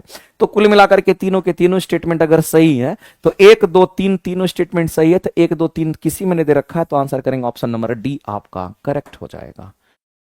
आगे चलते हैं, अगला दे रखा है कौन सा ध्वनि तरंग के बारे में, आपके बारे में कौन सा ध्वनि तरंग के बारे में बोला कि कौन सा कथन सही है, ये बताना है मेरे भाई, आपको बताना है कौन सा स्टेटमेंट हमारा ध्वनि तरंग के बारे में बताइए। तो ये सब नहीं बताया है, बिल्कुल रेजिस्टेंस का यूनिट ओम होता है, जबकि रेसिस्टिविटी जिसको प्रतिरोधकता कहते हैं उसका यूनिट हमारा क्या होता है, ओम मीटर होता है, याद रखना उसको भी। तो ध्वनि तरंग मेरे भाई अनुदैर्ध्य तरंग है, कितनी बार बहुत अच्छे से बताए हैं। और उसको गमन करने के लिए क्या चाहिए, तो आपको माध्यम चाहिए। माध्यम का मतलब क्या होता है, तो माध्यम का मतलब मेरे भाई कई बार हम बता चुके हैं, माध्यम मीडियम जहां दिखे तो ठोस, द्रव और गैस आप समझिए, दूसरा कुछ मत समझिए। और निर्वात में ये यात्रा नहीं करती, स्टेटमेंट सही है। और मेरे भाई 20 हर्ट्ज से 20,000 हर्ट्ज की जो आवृत्ति होती है उसको सुनने लायक होती है, हमारा कान सुन सकता है, ना इससे ज्यादा सुनेगा ना इससे कम सुनता है। हमारा कान अगर सुनता है तो 20 हर्ट्ज से 20 किलो हर्ट्ज तक ही सुनता है, इसीलिए मेरे भाई इसको श्रव्य सीमा कहा गया, ऑडिबल रेंज को बताता है। ये तीनों के तीनों स्टेटमेंट सही है, सही ढूंढ रहा था, आंसर करिए डी। आगे चलते हैं, और ध्वनि एक प्रकार का एनर्जी होता है। अगला क्वेश्चन मेरे भाई थर्मिट की अभिक्रिया की बात करता है। तो एक बात आप जान लीजिए मेरे भाई, ये जो हमारा थर्मिट होता है, और याद रखना थर्मिट मिक्सचर की अगर हम बात करते हैं तो थर्मिट मिक्सचर किसका होगा, तो थर्मिट मिक्सचर में एल्युमिनियम होता है, साथ में आयरन ऑक्साइड्स होता है। एक तो थर्मिट मिक्सचर होगा, दूसरा हमारा आयरन के ऑक्साइड्स होते हैं, इसी का मिश्रण हमारा थर्मिट मिक्सचर। और जनरली थर्मिट मिक्सचर का इस्तेमाल कहां पे करते हैं, तो मेरे भाई रेलवे ट्रैक्स को जोड़ने के लिए। कहां पर, तो याद रखना रेलवे ट्रैक्स जो हमारे होते हैं, जो रेलवे का ट्रैक होता है, रेलवे ट्रैक्स को जोड़ने के लिए इसका काम कर, रेलवे ट्रैक्स को रेलवे ट्रैक्स को क्या करते हैं, तो जोड़ने के लिए, रेलवे ट्रैक्स को जोड़ने के लिए इसका इस्तेमाल किया जाता है, ये बात आपको ध्यान। अब रेलवे ट्रैक्स में क्या है, तो रेलवे की जो लाइन होती है, जो पटरियां होती है, वो लंबी लंबी बिछी हुई रहती है। अब इतना दूर बिछा हुआ, जहां पर दूर दूर तक 100-100 किलोमीटर मान लेते हैं कि वहां पर कोई आसपास में कुछ है ही नहीं, तो पहले के जमाने में मेरे भाई जनरली थर्मिट वेल्डिंग को आप क्या करते थे, डब्बा में उठा करके ले जाकर के वहां वेल्डिंग करते थे, जहां क्रैक कर गया, जहां टूट गया। अब ना टेक्नोलॉजी डेवलप कर गया, तो थर्मिट वेल्डिंग की जगह दूसरा भी वेल्डिंग, ऑटोमेटिक वेल्डिंग हम लोग कर लेते हैं फटाफट करके। लेकिन पहले के जमाने में थर्मिट मिक्सर का ही इस्तेमाल होता था, उसमें यही दोनों मिक्सर होता था। और रेलवे ट्रैक्स को जोड़ने की जब कभी भी बात आती थी, ये क्वेश्चन बहुत फेमस है, और ये थर्मिट मिक्सर, और इसी थर्मिट मिक्सर में मेरे भाई क्या होता है, इसी में आप कहेंगे रेडॉक्स रिएक्शन होता है। कौन सा रिएक्शन कराते हैं, तो यहां पर रेडॉक्स रिएक्शन हम लोग कराते हैं। यहां पर मेरे भाई सीधा कहेंगे सर यहां पर रेडॉक्स रिएक्शन होता है। रेडॉक्स रिएक्शन कहने का मतलब है कि ऑक्सीडेशन के साथ साथ उसमें रिडक्शन भी होता है। ऑक्सीडेशन भी होगा, साथ साथ उसमें क्या होगा, तो कहेंगे रिडक्शन भी होगा। कितने बच्चे को लग रहा होगा सर कैसे होगा, वो भी समीकरण के थ्रू आप अगर करा देते तो बेहतर होता। कोई दिक्कत नहीं मेरे भाई, एक लाइन का कहानी हम आपको करा देते हैं, समझ में आ जाएगा। आयरन का ऑक्साइड हमारा Fe2O3 हम ले लेते हैं, और इसमें हम एल्युमिनियम का पाउडर मिक्स कर देते हैं। एल्युमिनियम चूंकि हल्का होता है, तो उसके बाद इसको हीट करते हैं, इसको गर्म करते हैं। इसको जैसे ही हीट करते हैं, गर्म करते हैं, तो पता चलता है मेरे भाई क्या आयरन हमारा अलग हो गया, और एल्युमिनियम के जो ऑक्साइड्स हैं ये अलग हो जाएंगे, और एल्युमिनियम के ऑक्साइड्स हमारा अलग हो गए। क्योंकि एल्युमिनियम हमारा आयरन से ज्यादा रिएक्टिव होता है, इसलिए एल्युमिनियम इसको धक्का देगा, और एल्युमिनियम अगर धक्का दिया आयरन को, तो आयरन बाहर हो गया, एल्युमिनियम का ऑक्साइड्स बन गया। अब मेरे भाई क्या होता है, इसको बैलेंस अगर करना है, तो 2 गो आयरन यहां, तो 2 से यहां मल्टीप्लाई कीजिए, 2 गो एल्युमिनियम, तो 2 एल्युमिनियम से मल्टीप्लाई कीजिए। यहां कितने, 3 गो ऑक्सीजन है, तो यहां पर 3 गो ऑक्सीजन है। ये कंप्लीट रूप से बैलेंस इक्वेशन हमारा हो गया। अब इसमें हम लोग को देखना है कि ऑक्सीडेशन और रिडक्शन दोनों साथ साथ हो रहा है कि नहीं हो रहा, क्योंकि क्वेश्चन आपका वैसा पूछा गया, रेडॉक्स को चेक करना पड़ेगा। मेरे भाई कोई अगर सिंगल एलिमेंट होता है, उसका ऑक्सीडेशन स्टेट तो 0 होता है। यहां पर ऑक्सीडेशन स्टेट अगर निकालोगे, तो आपको कि सर Al2O3 में अगर निकालना होगा एल्युमिनियम का, तो एल्युमिनियम का कहेंगे कितना, तो एल्युमिनियम का निकालना, उसको x मानते थे, 2x हो गया। और ऑक्सीजन का ऑक्सीडेशन स्टेट कितना होगा, तो -2 होता, कितने ऑक्सीजन, तो कहेंगे 3 होगा, बराबर 0 कर दीजिए। यहां से 2x बराबर हमारा 8 हो जाएगा, सॉरी 2x बराबर हमारा 3 दूनी 6 हो जाएगा, उधर जाएगा तो -6, 6 + 6 हो जाएगा। और x की वैल्यू कितनी आएगी, तो यहां पर x की वैल्यू मेरे भाई +3 निकल के आ जाएगा। x का मान कितना का, तो कहेंगे +3। इसका मतलब है ये +3 हो गया। तो इससे ये पता चल रहा है कि 0 से +3 हुआ, इसका मतलब कहीं ना कहीं इलेक्ट्रॉन का क्या हुआ, तो इलेक्ट्रॉन का लॉस हुआ। और जब भी इलेक्ट्रॉन का लॉस होता, तो मेरे भाई उसका ऑक्सीडेशन होता है। उसका क्या होता, तो कहेंगे ऑक्सीडेशन होता है। इसी तरीके से हम दूसरे कलम का इस्तेमाल करते हुए बताते हैं। यहां आयरन का ऑक्साइड है, यहां आयरन है, तो आयरन का ऑक्सीडेशन है, तो चूंकि एक ही आयरन है, तो एक एलिमेंट है, तो ऑक्सीडेशन स्टेट 0 है। यहां पर इसका निकालना पड़ेगा। अगर इसका निकालते हैं, तो Fe2O3 आप करते हैं, तो यहां पर आप 2x प्लस में क्या करेंगे, तो 2x प्लस में -2 × 3 बराबर 0, यानी कहने का मतलब मेरे भाई 2x बराबर हमारा 6, तो यहां पर x बराबर हमारा कितना हो जाएगा, तो कहेंगे यहां फिर से +3 आ गया। तो यहां पर आयरन का कितना, तो +3 है। अब ये +3 से हमारा इतना हो रहा है, इसका मतलब कहीं ना कहीं यहां इलेक्ट्रॉन की कमी है, यहां इलेक्ट्रॉन की कमी नहीं है। इसका मतलब कहीं ना कहीं इलेक्ट्रॉन का क्या हुआ, तो कहेंगे यहां पर गेन हो गया। और अगर इलेक्ट्रॉन का गेन होगा, तो इसको हम लोग रिडक्शन कहते हैं। तो मेरे भाई कुल मिलाकर के आप देख रहे हैं, वैसे रिएक्शन जिसमें ऑक्सीडेशन के साथ साथ रिडक्शन भी होता है, उसको रेडॉक्स रिएक्शन कहते हैं। इसका मतलब कहीं ना कहीं आपको ये समझना है मेरे भाई, कि अगर हम ये कहने कि थर्मिट मिक्सचर जो हमारा थर्मिट वेल्डिंग वगैरह हमारा होता है, जो रेलवे ट्रैक्स को जोड़ने के लिए इस्तेमाल करते हैं, वो एक रेडॉक्स रिएक्शन है, जिसमें कहीं से भी आपको शर्मिंदा नहीं होना चाहिए। आप सीना ठोक के कहेंगे सर इसमें रेडॉक्स रिएक्शन होता है, और यही मिक्सर इसमें यूज करते हैं, रेलवे ट्रैक्स को जोड़ने के लिए यूज करते हैं। तो मेरे भाई सबसे पहला चीज था हमारा जो थर्मिट अभिक्रिया है, वो एक रेडॉक्स अभिक्रिया, उसमें ऑक्सीडेशन के साथ साथ रिडक्शन भी हमारा होता है। और इसका कारण है कि नहीं, ये तो कथन चलो सही है, कारण सही है कि नहीं, कह रहा है कि इसमें एल्युमिनियम एक अपचायक के रूप में काम करता है, और जो आयरन के ऑक्साइड्स को पिघले हुए लोहे में, जो आयरन के ऑक्साइड्स को पिघले हुए लोहे में अपचयित कर देता है। इसका मतलब मेरे भाई क्या हुआ, यहां अपचायक हो रहा है, यहां अपचयित अगर हमारा कर देता है, इसका मतलब ये समझने की कोशिश कीजिए, एल्युमिनियम एक अपचायक के रूप में काम करता है। जो हमारा एल्युमिनियम है ये एक रिड्यूसिंग एजेंट के रूप में काम करता है, और जो आयरन है वो हमारा ऑक्सीडाइजिंग एजेंट के रूप में काम करता है। इस तरीके से कह रहा है तो ये रिएक्शन हमारा कंप्लीट होता है। तो कुल मिलाकर के ये जो कंप्लीट कह रहा है ये रेडॉक्स रिएक्शन का ही एक्सप्लेनेशन है। तो मेरे भाई एसर्शन तो सही था ही था, रीजन भी सही है, और रीजन एसर्शन का करेक्ट एक्सप्लेनेशन भी दे रहा है कि हाँ इसी कारण से ऐसा हो रहा है, रेडॉक्स रिएक्शन को बता रहा है। तो आंसर करेंगे ऑप्शन नंबर हमारा क्या हो जाएगा, ए हो जाएगा, राइट। आगे चलते हैं, अगला मेरे भाई नेक्स्ट क्वेश्चन पे चलते हैं। एथेनॉल के बारे में बोला गया, एथेनॉल समझते हैं कि नहीं, एथेनॉल किसको कहते हैं, इथाइल अल्कोहल को एथेनॉल कहते हैं। सर प्लीज सर बुरा मत मानिएगा, बट आपको रोज कहते हैं कि बायोकेमिस्ट्री शुरू करेंगे, सुष्मिता गुप्ता जी नियुक्ति बैच में आप तो फिजिक्स में लग रहे हैं, पीएचडी करा देंगे, खत्म ही नहीं, और खत्म हो जाएगा। अच्छा एक बात बताइए, एग्जाम तो आपका तुरंत हो नहीं रहा है, एग्जाम का आते पते नहीं है, और आप जो है थोड़ा एकदम परेशान हो रहे हैं। अरे जितना आप परेशान हैं उससे कई गुना ज्यादा हम भी समझ रहे हैं उस बात को। अब एक चैप्टर बचा हुआ उसको करा करके उसके बाद केमिस्ट्री करा देंगे, क्या दिक्कत है, पढ़िए ना आराम से। क्वेश्चन ज्यादा करा रहे हैं तो खराबी करेगा क्या, वो तो आपके लिए और बेनिफिशियल है, इसमें दिक्कत क्या है। एक बच्चा ऐसा होता है जो चाहता है कि ज्यादा क्वेश्चन, एक बच्चा ऐसा होता है जल्दी जल्दी करा दीजिए, ऐसा थोड़ी होता है। सिलेक्शन लेना है, धैर्य से पढ़िए, आप जल्दीबाजी नहीं कीजिए, पढ़ाने दीजिए, और मेरे पढ़ाने के बाद आप उसके बाद अपना सिलेक्शन उसमें ढूंढिएगा, तब मिलेगा। ये सोचिएगा कि आप पढ़े भी नहीं करिए, पूरा कंप्लीट पढ़ाए नहीं, आप सिलेक्शन ढूंढने लगेंगे, तो ये तो फिर तो अलग सी बात हो गई, तब तो हम कुछ कह नहीं सकते हैं आपको। अब देखिए एथेनॉल की बात करते हैं मेरे भाई, तो अगर एथेनॉल की अगर हम बात करते हैं तो एक बात बताइए, इथेनॉल को ही क्या कहते हैं, इथाइल अल्कोहल कहते हैं, इसी को हम लोग इथाइल अल्कोहल के नाम से जानते हैं। अगर इथेनॉल को ही इथाइल अल्कोहल कहते हैं मेरे भाई, तो आप एक बात जान लीजिए कि इथाइल अल्कोहल इथेनॉल की अगर हम बात करते हैं उसी से रिलेटेड ये क्वेश्चन आपको दे रखा है, और कहता है कि इसके बारे में कौन सा स्टेटमेंट सही है। सबसे पहला कह रहा है यह एक अच्छा विलायक होता है। जैसे मेरे भाई इस बात को समझना कि पानी एक अच्छा विलायक है, वैसे अल्कोहल भी एक अच्छा विलायक होता है, लेकिन किसके लिए। तो मेरे भाई इस बात को ध्यान रखना कि अल्कोहल एक अच्छा विलायक है, अल्कोहल की बात कर रही है, एक अच्छा विलायक है, इसलिए देखिए पानी में भी घुल जाता है, एक अच्छा विलायक है, और जिसका उपयोग टिंचर ऑफ आयोडीन में करते हैं। अब यहां पर बात ही आती है मेरे भाई, ये हमारा क्या तो कहेंगे अच्छा विलायक है। ये कैसा विलायक है, तो मेरे भाई ये अच्छा विलायक के रूप में हमारा होता है, लेकिन यूनिवर्सल सॉल्वेंट तो हम लोग पानी को ही कहेंगे, लेकिन फिर भी ये भी एक अच्छा विलायक है। क्यों, क्योंकि मेरे भाई आयोडीन ऑफ टिंचर का नाम आपने सुना होगा, आयोडीन या टिंचर ऑफ आयोडीन, जैसा आप कहिए दोनों चलेगा। तो आयोडीन ऑफ टिंचर की अगर हम बात करते हैं, अगर आयोडीन ऑफ टिंचर की अगर बात करते हैं मेरे भाई, तो इसका इस्तेमाल हम लोग कहां पे करते हैं, इसका इस्तेमाल हम लोग स्किन, जो हमारा स्किन होता है, स्किन एंटीसेप्टिक के रूप में इसका इस्तेमाल किया जाता है, एंड स्किन एंटीसेप्टिक के रूप में इसका इस्तेमाल होता है, रूप में इसका इस्तेमाल होता है, रूप में इस्तेमाल होता है। तो ये चीज तो आपको ध्यान इस्तेमाल होता है, ये चीज तो आपको ध्यान रखना है। दूसरी बात आपको ध्यान रखना मेरे भाई कि अल्कोहल में आयोडीन पूरी तरीके से घुलनशील होता है। इसमें आपको ध्यान रखना है कि अल्कोहल में जब ये सॉल्यूशन बनाते हैं तो अल्कोहल में आयोडीन पूरी तरह से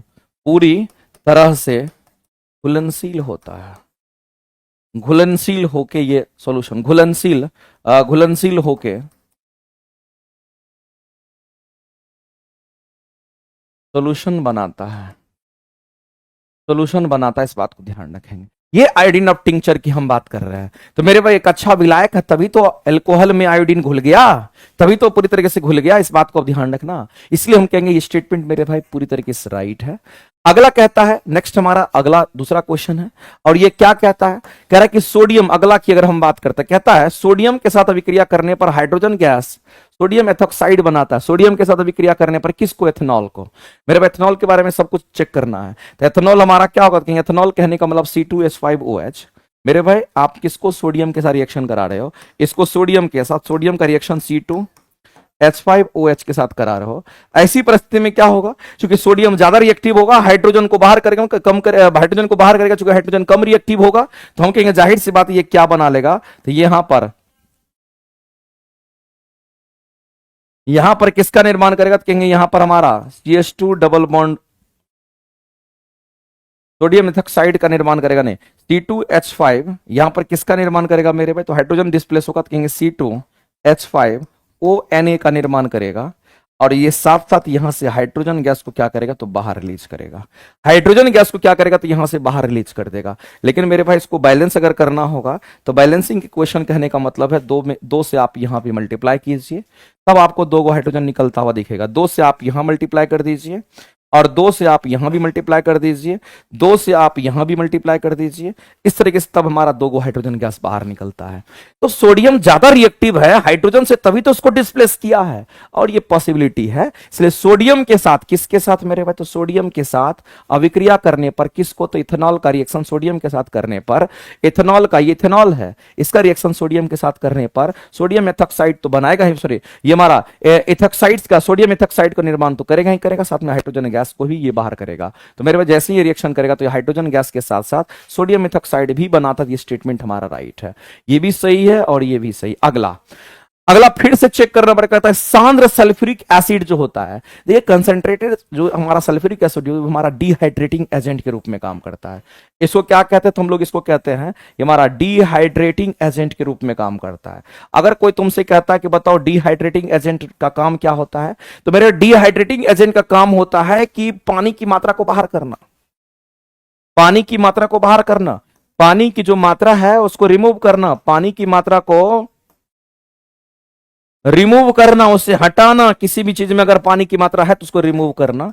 उस हिसाब से कहते हैं कि हमारा ये सांद्र सल्फ्यूरिक एसिड हमारा डिहाइड्रेटिंग एजेंट के रूप में काम करता है। लिख लेना कहीं पर मेरे भाई। अब ये कहना चाह रहा है कि जो C2H5OH हमारा है, इसको हम लोग किस गर्म करेंगे, तो इसको हम गर्म करेंगे। और लेकिन गर्म करेंगे तो किसके सर्फ करेंगे, तो इसमें हम लोग यहां पर कंसंट्रेटेड H2SO4 का इस्तेमाल करेंगे और इसको हीट करेंगे। 170 डिग्री सेल्सियस पर लगभग हीट करते हैं तो ये हमारा क्या बन जाएगा, तो कहेंगे CH2 डबल बॉन्ड CH2 बनेगा और यहीं से हमारा क्या होगा, तो पानी की जो मात्रा उसमें होगी उसको ये बाहर कर देगा, उसको ये बाहर कर देगा, पानी की मात्रा को ये बाहर कर दिया। लेकिन कौन बाहर किया, तो ये आकर के बाहर किया ना, जो डिहाइड्रेटिंग एजेंट के रूप में काम कर रहा था अल्कोहल। तो मेरे भाई अल्कोहल से पानी को बाहर कर देना और अल्कोहल से क्या बना, डबल बॉन्ड में होगा तो इथीन बना दिया। तो सांद्र सल्फ्यूरिक एसिड जब हमारा इथेनॉल के साथ क्या होता है, गर्म किया जाता है, तो मेरे भाई निर्जलीकृत होकर के वो इथीन बनाता है। निर्जलीकृत कहने के मतलब इसमें कोई भी पानी की मात्रा नहीं, पानी की मात्रा खत्म हो गई, निकल गई बाहर। तो मेरे भाई कुल मिलाकर के स्टेटमेंट भी हमारा सही है। ये सब रिएक्शन आपको लिख करके अलग से याद रखना पड़ेगा, क्योंकि जब एग्जाम का टाइम आएगा तो उस समय थोड़ा बहुत रिवीजन करिए और इस इक्वेशन को देखिए, आगे बढ़िए। तो मेरे भाई कुल मिलाकर के ये तीनों स्टेटमेंट आपके सही हैं। तो आप आंसर क्या करोगे, एक से अधिक लगा दो, एक से अधिक लगा दो, चूंकि तीनों स्टेटमेंट सही है। अगला मेरे मेंडलीव क्या वर्ष सारणी के बारे में बोला कि कौन सा स्टेटमेंट सही है, तो कह रहा तत्व के परमाणु द्रव्यमान के बढ़ते क्रम में। मेंडलीव ने तो मेरे भाई ये बात बोला था कि जब भी तत्व को सजाना तो उसके परमाणु द्रव्यमान के बढ़ते क्रम में सजाना, स्टेटमेंट सही है। लेकिन हमारा प्रेडिक्टेबल परमाणु संख्या के बढ़ते क्रम में सजा हुआ है, जबकि स्टेटमेंट मेंडलीव का क्या था, बढ़ते हुए परमाणु द्रव्यमान के आधार पर सजाइए। बाद में सब कहानी फेलियर हो गया था।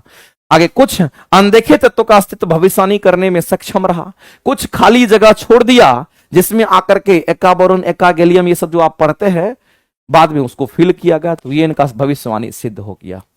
4 गो ऐसे तत्व थे जिनको बाद में भरा गया था, 4 स्थान खाली छोड़ दिया था इन्होंने। ये ऐसे ही अपना ब्रेन लगाया था, साइंटिस्ट था, बोला कि इस जगह पे इसको रखना है, जो आने वाले तत्व जो हमारे एक्सपेरिमेंट हो रहे हैं उसी से आने वाले तत्व ये सब होंगे, और ये सही साबित हुआ था। और मेरे भाई इन्होंने समस्थानिक की स्थिति का व्याख्या नहीं कर पाया, कहां पे, तो प्रेडिक्टेबल में। स्टेटमेंट सही है। तो कुल मिलाकर के सभी स्टेटमेंट तो सही है, सोचना क्या। आगे चलते हैं, अगला क्वेश्चन देखते हैं मेरे भाई क्या दे रखा है। खाद्य जाल खाद्य श्रृंखला के एक नेटवर्क का प्रतिनिधित्व। जाहिर सी बात है मेरे भाई, जो हमारा फूड वेब हमारा होता है, हम किसकी बात कर रहे हैं, फूड वेब की बात कर रहे हैं। तो फूड वेब हमारा क्या होता है, फूड चेन का ही बहुत सारे नेटवर्क मेरे भाई, बहुत सारे फूड चेन का जो नेटवर्क होता है वही हमारा फूड वेब कहलाता है। ऐसे समझिए, बहुत सारे फूड चेन का, बहुत सारे फूड चेन का नेटवर्क जो होता है वही हमारा फूड वेब कहलाता है। और याद रखना मेरे भाई, फूड वेब हमारा फूड चेन के तुलना में अस्थाई होता है। तो मेरे भाई फूड वेब फूड चेन की तुलना में अस्थाई होता है, फूड चेन की तुलना में अस्थाई माना जाता है। इस बात को ध्यान रखेंगे, ये माना जाता है, इस बात को ध्यान, ये माना जाता है, ये बात ध्यान रखना। दूसरी बात मेरे भाई, फूड वेब की अगर हम बात करते हैं, जो कि खाद्य जाल हमारा होता है, ये तो हमारा फूड चेन की तुलना में अस्थायी है। बहुत सारे फूड चेन का नेटवर्क मिल करके ही फूड वेब का निर्माण होता है, और ये फूड वेब यूनिडायरेक्शनल होता है। ये कैसा होगा, तो एक दिशात्मक होगा, यूनिडायरेक्शनल होता है, एक दिशात्मक होता है, इस बात को आप ध्यान रखेंगे। तो ये फूड वेब की कहानी है।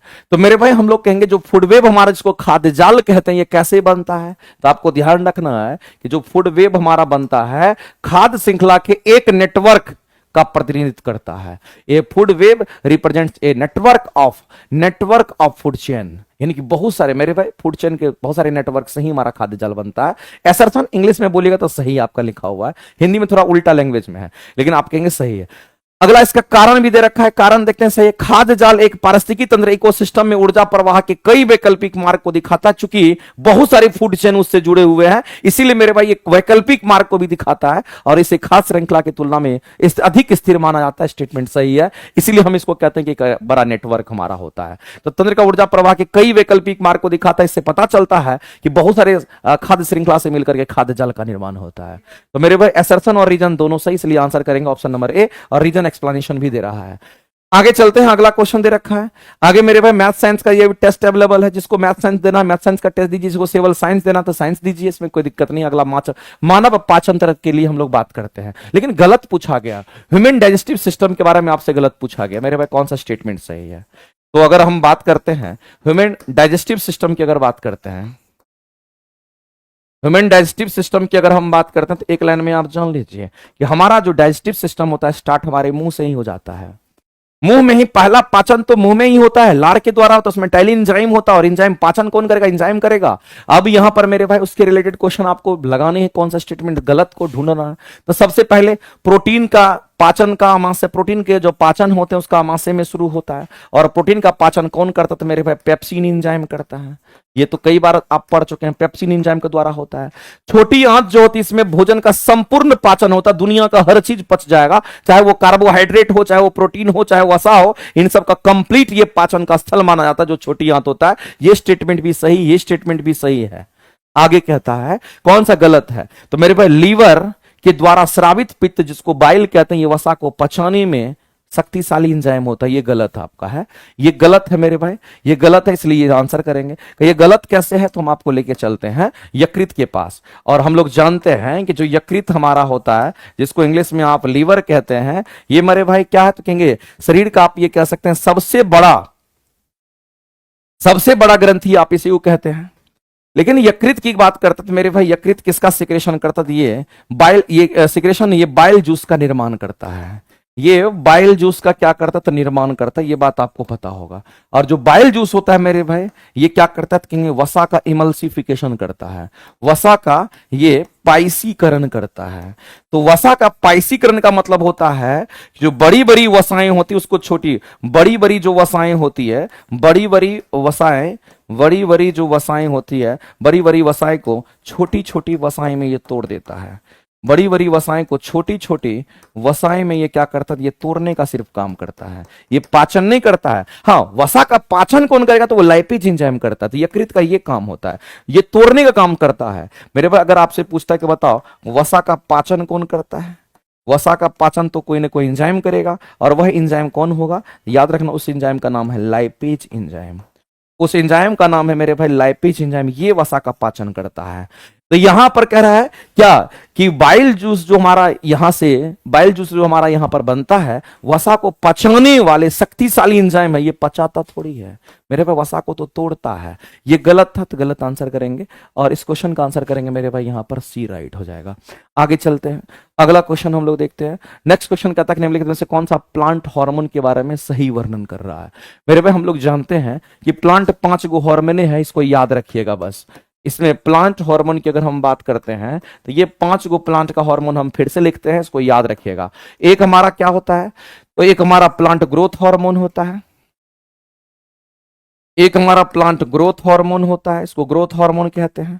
एक प्लांट ग्रोथ हार्मोन होता है, और एक हमारा प्लांट ग्रोथ इनहिबिटर के नाम से हम लोग जानते हैं। प्लांट ग्रोथ इनहिबिटर कहते हैं, इस बात को ध्यान रखना। प्लांट ग्रोथ इनहिबिटर में कौन कौन सा आएगा तो याद रखना मेरे भाई, इसके अंदर हमारा एब्सिसिक एसिड आता है, एब्सिसिक, इसमें एब्सिसिक एसिड आएगा। साथ ही साथ इसमें कौन आएगा तो इथिलीन, इथिलीन की बात करते हैं, इथिलीन हार्मोन आता है, ये सब हार्मोन ही है। और एक ग्रोथ कौन कराएगा तो मेरे भाई ग्रोथ अगर कोई कराता है इसमें ऑक्जीन हो गया। इसमें आप ऑक्सीजन का भी अलग अलग नाम होता है, ऑक्सीजन का प्राकृतिक रूप से कृत्रिम रूप से अलग अलग नाम होता है, ध्यान रखना। इंडोल एसिटिक एसिड का नाम सुने होंगे जिसको IA कहते हैं। इसके बाद हम लोग जिब्रेलिन की बात करेंगे, ये हमारा जिब्रेलिन हमारा हो गया। और तीसरा जो हमारा होगा मेरे भाई जो ग्रोथ कराता है उसको हम लोग साइटोकाइनिन कहते हैं, ये हमारा साइटोकाइनिन होता है जो कोशिका विभाजन में भाग लेता है। मेरे भाई ये प्लांट का सबसे शीर्ष जो होता है, जैसे जड़ हो गया उसका शीर्ष भाग, या तना हो गया उसका शीर्ष भाग, उस पे उसकी वृद्धि कराता है, शीर्ष भाग को वृद्धि कराता है ऑक्सीजन। और जिब्रेलिन तना को क्या करेगा, लंबा करता है। साइटोकाइनिन क्या करे तो सेल डिवीजन करता है मेरे भाई, इस तरीके से हम लोग समझते हैं। तो प्लांट हार्मोन में ये सब हमारे हार्मोन है। तो आपको ध्यान रखना पादप हार्मोन के बारे में। को ऑक्सीजन की बात कर रहा है तो ऑक्सीजन तो हमारा है, ये कोशिका की वृद्धि करेगा और विभेदन को पैदा करेगा, तो ये जाहिर सी बात प्लांट का ग्रोथ कराता है। जिब्रेलिन तने की वृद्धि कराता है, उसको लंबाई को बढ़ाता है, ये भी प्लांट ग्रोथ हार्मोन में ही आएगा, ये सब ग्रोथ में है। और एब्सिसिक एसिड एक वृद्धि अवरोधक हार्मोन होता है जिसको हम लोग प्लांट ग्रोथ इनहिबिटर कहते हैं। ये एक एब्सिसिक एसिड क्या है तो ये एक हार्मोन है जो कि प्लांट के ग्रोथ को रोकता है और रंध्र को बंद करने का कारण बनता है। रंध्र अगर बन जाएगा तो जाहिर सी बात है कि उसमें प्लांट में जल से जमीन से मिट्टी से घुले हुए खनिज लवण ऊपर नहीं आ पाएंगे और वाष्पोत्सर्जन की क्रियाएं इस तरीके से बंद हो जाएगी। और रंध्र में हम कहेंगे यहां पर कार्बन डाइऑक्साइड नहीं ले पाएगा। तो मेरे भाई पूरी तरीके से ये क्या करता है, खत्म कर देता है, फोटोसिंथेसिस वगैरह को बंद कर देता है। रंध्र को बंद करना मतलब फोटोसिंथेसिस बंद हो जाना। फोटोसिंथेसिस बंद होगा मेरे भाई, भोजन नहीं बनेगा तो प्लांट अपने मुरझा करके क्या होगा तो कहेंगे पत्ते वगैरह को पतझड़ करने लगते हैं और उसके पत्ते गिरने लगते हैं। तो कुल मिलाकर के पादप हार्मोन में सर बारे में सही बोला गया था, तो ये भी स्टेटमेंट आपका सही दे रखा है। तो तीनों के तीनों स्टेटमेंट अगर सही है तो आंसर डी के साथ आप चाहिए। आगे चलते हैं। अगला दे रखा है मेरे भाई काइनेटिक एनर्जी का फॉर्मूला दे रखा है कि बताइए, ये सब तो इजी क्वेश्चन है, इसके आंसर्स तो आपको खुद करना चाहिए। लेकिन जितने लोग लाइव देख रहे हैं मेरे भाई सभी लोग सेशन को लाइक कीजिए, ठीक है, तभी इस क्वेश्चन को सॉल्व करेंगे। इजी तो क्वेश्चन है। काइनेटिक एनर्जी की बात कर रहा है मेरे भाई, अगर किसी वस्तु में गति है, स्थानांतरीय गति है, तो उसमें काइनेटिक एनर्जी कितना होगा तो कहेंगे हाफ mv² होगा। हाफ m कांस्टेंट होगा तो काइनेटिक एनर्जी का जो रिलेशन होगा वो वेग के साथ स्क्वायर का समानुपाती होगा। ये वही चीज कह रहा और ये सही भी है। वेग के वर्ग का समानुपाती, काइनेटिक एनर्जी वेग के वर्ग का समानुपाती होता है। ये स्टेटमेंट आपको यहां पे कह रहा है, सही है। अगला मेरे भाई कारण कहता है यदि किसी वस्तु का वेग को 2 गुना कर दीजिए। अगर मेरे भाई वेग को 2 गुना करेंगे तो 2 का स्क्वायर कितना गुना हो जाएगा तो काइनेटिक एनर्जी हमारा 4 गुना हो जाएगा। ये काइनेटिक एनर्जी कितना गुना हो जाएगा मेरे भाई, ये 4 गुना हो जाएगा। इसी से तो ये निकल करके आया, इसको 2 गुना किया तो ये 4 गुना हो गया काइनेटिक एनर्जी। ये भी हमारा सही है। तो असर्शन भी रीजन है, असर्शन भी सही है, रीजन भी सही है और इसी को फॉलो कर रहा है, तभी तो ये रिलेशन है हमारा। इसका मतलब असर्शन और रीजन दोनों अपने आप में सही है। और 19 नंबर क्वेश्चन का अगर आंसर करने के लिए जाएंगे तो मेरे भाई ऑप्शन नंबर ए को ही टिक आउट कीजिएगा और इस क्वेश्चन का आंसर करेंगे ऑप्शन नंबर ए, क्योंकि उस रिलेशन को फॉलो कर रहा है। इसी रिलेशन पर नहीं आ रहा, उसका रीजन सही है और रीजन करके एक्सप्लेनेशन भी दे रहा है। हाँ ठीक है, ऐसा कर रहे हैं तो ऐसा हो रहा है। अगला दबाव प्रेशर के बारे में कौन सा स्टेटमेंट सही है मेरे भाई, हम सभी लोग जानते हैं, हमने आपको पहले भी बोला था, अभी भी हम बोलते हैं मेरे भाई, किसी भी सूरत में आपको क्लियर होना चाहिए कि प्रेशर की अगर बात करते हैं तो एक तो प्रेशर हमारा ठोस में लगता है और एक प्रेशर हमारा द्रव और गैस में देखने को मिलता है। तो अगर किसी ठोस पर प्रेशर की अगर बात करते हैं इसके लिए formula pressure equal to force per unit area देखेंगे। और किसी द्रव और गैस में अगर देखना होगा तो प्रेशर का फॉर्मूला रो जी इंटू एच होता है।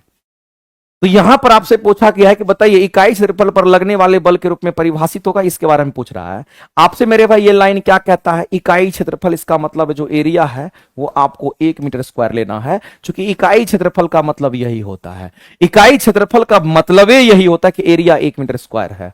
तो जाहिर सी बात है मेरे भाई, प्रेशर इक्वल टू हमारा फोर्स पर यूनिट एरिया होगा। हम कहेंगे फोर्स हो गया, एरिया 1 होगा, तो ये फोर्स के बराबर हो गया। तो मेरे भाई लगने वाले बल जो होते हैं उसी के रूप में हमारा क्या होता है, कहेंगे हमारा दाब परिभाषित तो वही दाब हो जाता है। तो यही फोर्स जो हमारा होगा यही दाब के बराबर हो जाता है। ये स्टेटमेंट पूरी तरीके से राइट है, क्योंकि आपने एरिया को 1 कह दिया, अगर ये 1 हो गया तो P बराबर F हो गया, तो जो फोर्स होगा वही प्रेशर हो जाएगा। और प्रेशर का सही मात्रक तो पास्कल होता है, न्यूटन पर मीटर स्क्वायर बोलते हैं, और एक पास्कल की वैल्यू होती है 1 न्यूटन पर मीटर स्क्वायर होता है, याद रखिएगा। और समान बल के लिए क्षेत्रफल जितना, समान बल के लिए मेरे पास फिर वही formula, force per unit area. कह रहा है कि समान बल यानी कि बल को आप कांस्टेंट मानिए, अगर बल को समान बल करें कांस्टेंट मान रहे तो एरिया को बढ़ाएंगे तो दाब घट जाएगा, या फिर एरिया को अगर हम कम करेंगे, अगर हम एरिया को कम करेंगे दाब बढ़ जाएगा। तो जितना क्षेत्रफल जितना छोटा होगा, इसका मतलब एरिया जितना कम होगा दाब उतना ही अधिक होगा, ये जितना कम उतना अधिक होगा जब ये कांस्टेंट होगा। इसका मतलब मेरे भाई ये स्टेटमेंट भी सही है, ये स्टेटमेंट भी सही है, तीनों स्टेटमेंट सही है। तो 1 2 3 स्टेटमेंट दे रखा है क्या? नहीं दे रखा है, तो डी को लगा दीजिए। उपयुक्त में से एक से अधिक आपका राइट हो जाएगा, तीनों स्टेटमेंट राइट है। आगे बढ़ते हैं। अगला है कि भौतिक गुण के बारे में आपको बताना है, लेकिन धातु के बारे में। मेरे भाई धातु का जो भौतिक गुण है उसके बारे में चर्चा कीजिए। अगर हम मेटल की बात करते थोड़ा फास्ट होना पड़ेगा क्योंकि टाइम बहुत कम हो रहा है। मेरे भाई मेटल की बात करेंगे तो आपको ध्यान रखना, इसमें चमक होती है। इसमें क्या होगी? इसमें चमक होती है। दूसरी बार अगर कोई मेटल है जिसमें मुक्त इलेक्ट्रॉन होता है, इसमें मुक्त इलेक्ट्रॉन होता है, इस बात को ध्यान रखना। अगर किसी में मुक्त इलेक्ट्रॉन होगा तो ये विद्युत धारा का संचरण भी करेगा, ये विद्युत का संचरण भी करेगा, और साथ साथ आपको ध्यान रखना है कि उष्मा का भी संचरण करेगा। चूंकि मुक्त इलेक्ट्रॉन है, ये उष्मा का भी संचरण करेगा, ये दोनों काम करेगा, इसमें कहीं से कोई शक नहीं। अगर कोई धातु हमारा, कोई धातु अगर हमारा है तो मेरे भाई आमतौर पर कैसे होते हैं? कठोर होता है। धातु जनरली हमारा कैसा होगा? तो कठोर ही होता है, इस बात को ध्यान रखना। चमकदार तो होता ही होता है, चमकदार होता है, धातु वर्धनीय होता है, पीटोगे तो फैलेगा, टूटेगा नहीं। और उष्मा और विद्युत का अच्छा सुचालक होता है जो कि मुक्त इलेक्ट्रॉन होता है। यहां पर बोला गया मेरे भाई सभी धातु की बात कर रहा है, इसकी वजह से यह गलत हो जाएगा। सभी धातु कमरे के तापमान पर ठोस होता है। अगर हम धातु की बात करते हैं तो प्रोडक्ट टेबल में 118 एलिमेंट है, उसमें से मैक्सिमम हमारा 80% से अधिक हमारा धातु है। लेकिन धातु की अगर हम बात करते हैं तो धातु 2 अवस्था में होगा, या तो कंप्लीट, धातु में 2 अवस्था कहने का मतलब या तो ठोस होगा नहीं तो द्रव होगा, और द्रव में केवल एक ही होता है जिसको हम लोग मरकरी के रूप में देखते हैं। तो यहां सभी बोल दिया है। तो मेरे धातु कमरे के तापमान पर ठोस अवस्था में होता है। एक अपवाद है, एक एक्सेप्शन है जिसको याद रखना है, और एक्सेप्शन हमारा मरकरी है। और ये मरकरी रूम टेम्परेचर की बात करते हैं, अगर एट रूम टेम्परेचर की अगर बात करते हैं तो आपको ध्यान रखना ये लिक्विड फॉर्म में होता है, ये लिक्विड हो जाता है। तो मेरे भाई हाँ, ये बात धातु की अगर बात करते हैं तो ये दोनों स्टेटमेंट सही है, लेकिन सभी धातु तो ऐसा नहीं होगा ठोस।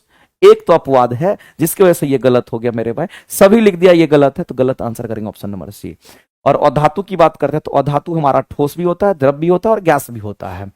अगला अवांछनीय पर मेरे भाई कोरोजन अगर कहीं पर लग जाता है, जंग लगना मतलब कोरोजन, जंग लगना मतलब कोरोजन, जंग लगना क्या है? तो अवांछनीय है जी भाई, सही बात है। और जब भी जंग लगता है मेरे भाई तो ऑक्सीडेशन रिडक्शन दोनों होता है, उसमें रिडॉक्स रिएक्शन हमारा होता है।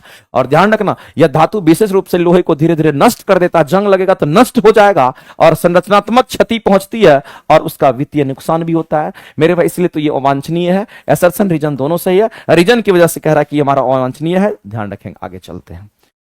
अगला क्वेश्चन कहता है निम्नलिखित में से कौन सा वियोजन अभिक्रिया है मेरे भाई? तो एक हमारा होता है जिसको हम वियोजन अभिक्रिया कहते हैं मेरे भाई, इसको वियोजन अभिक्रिया कह दीजिए।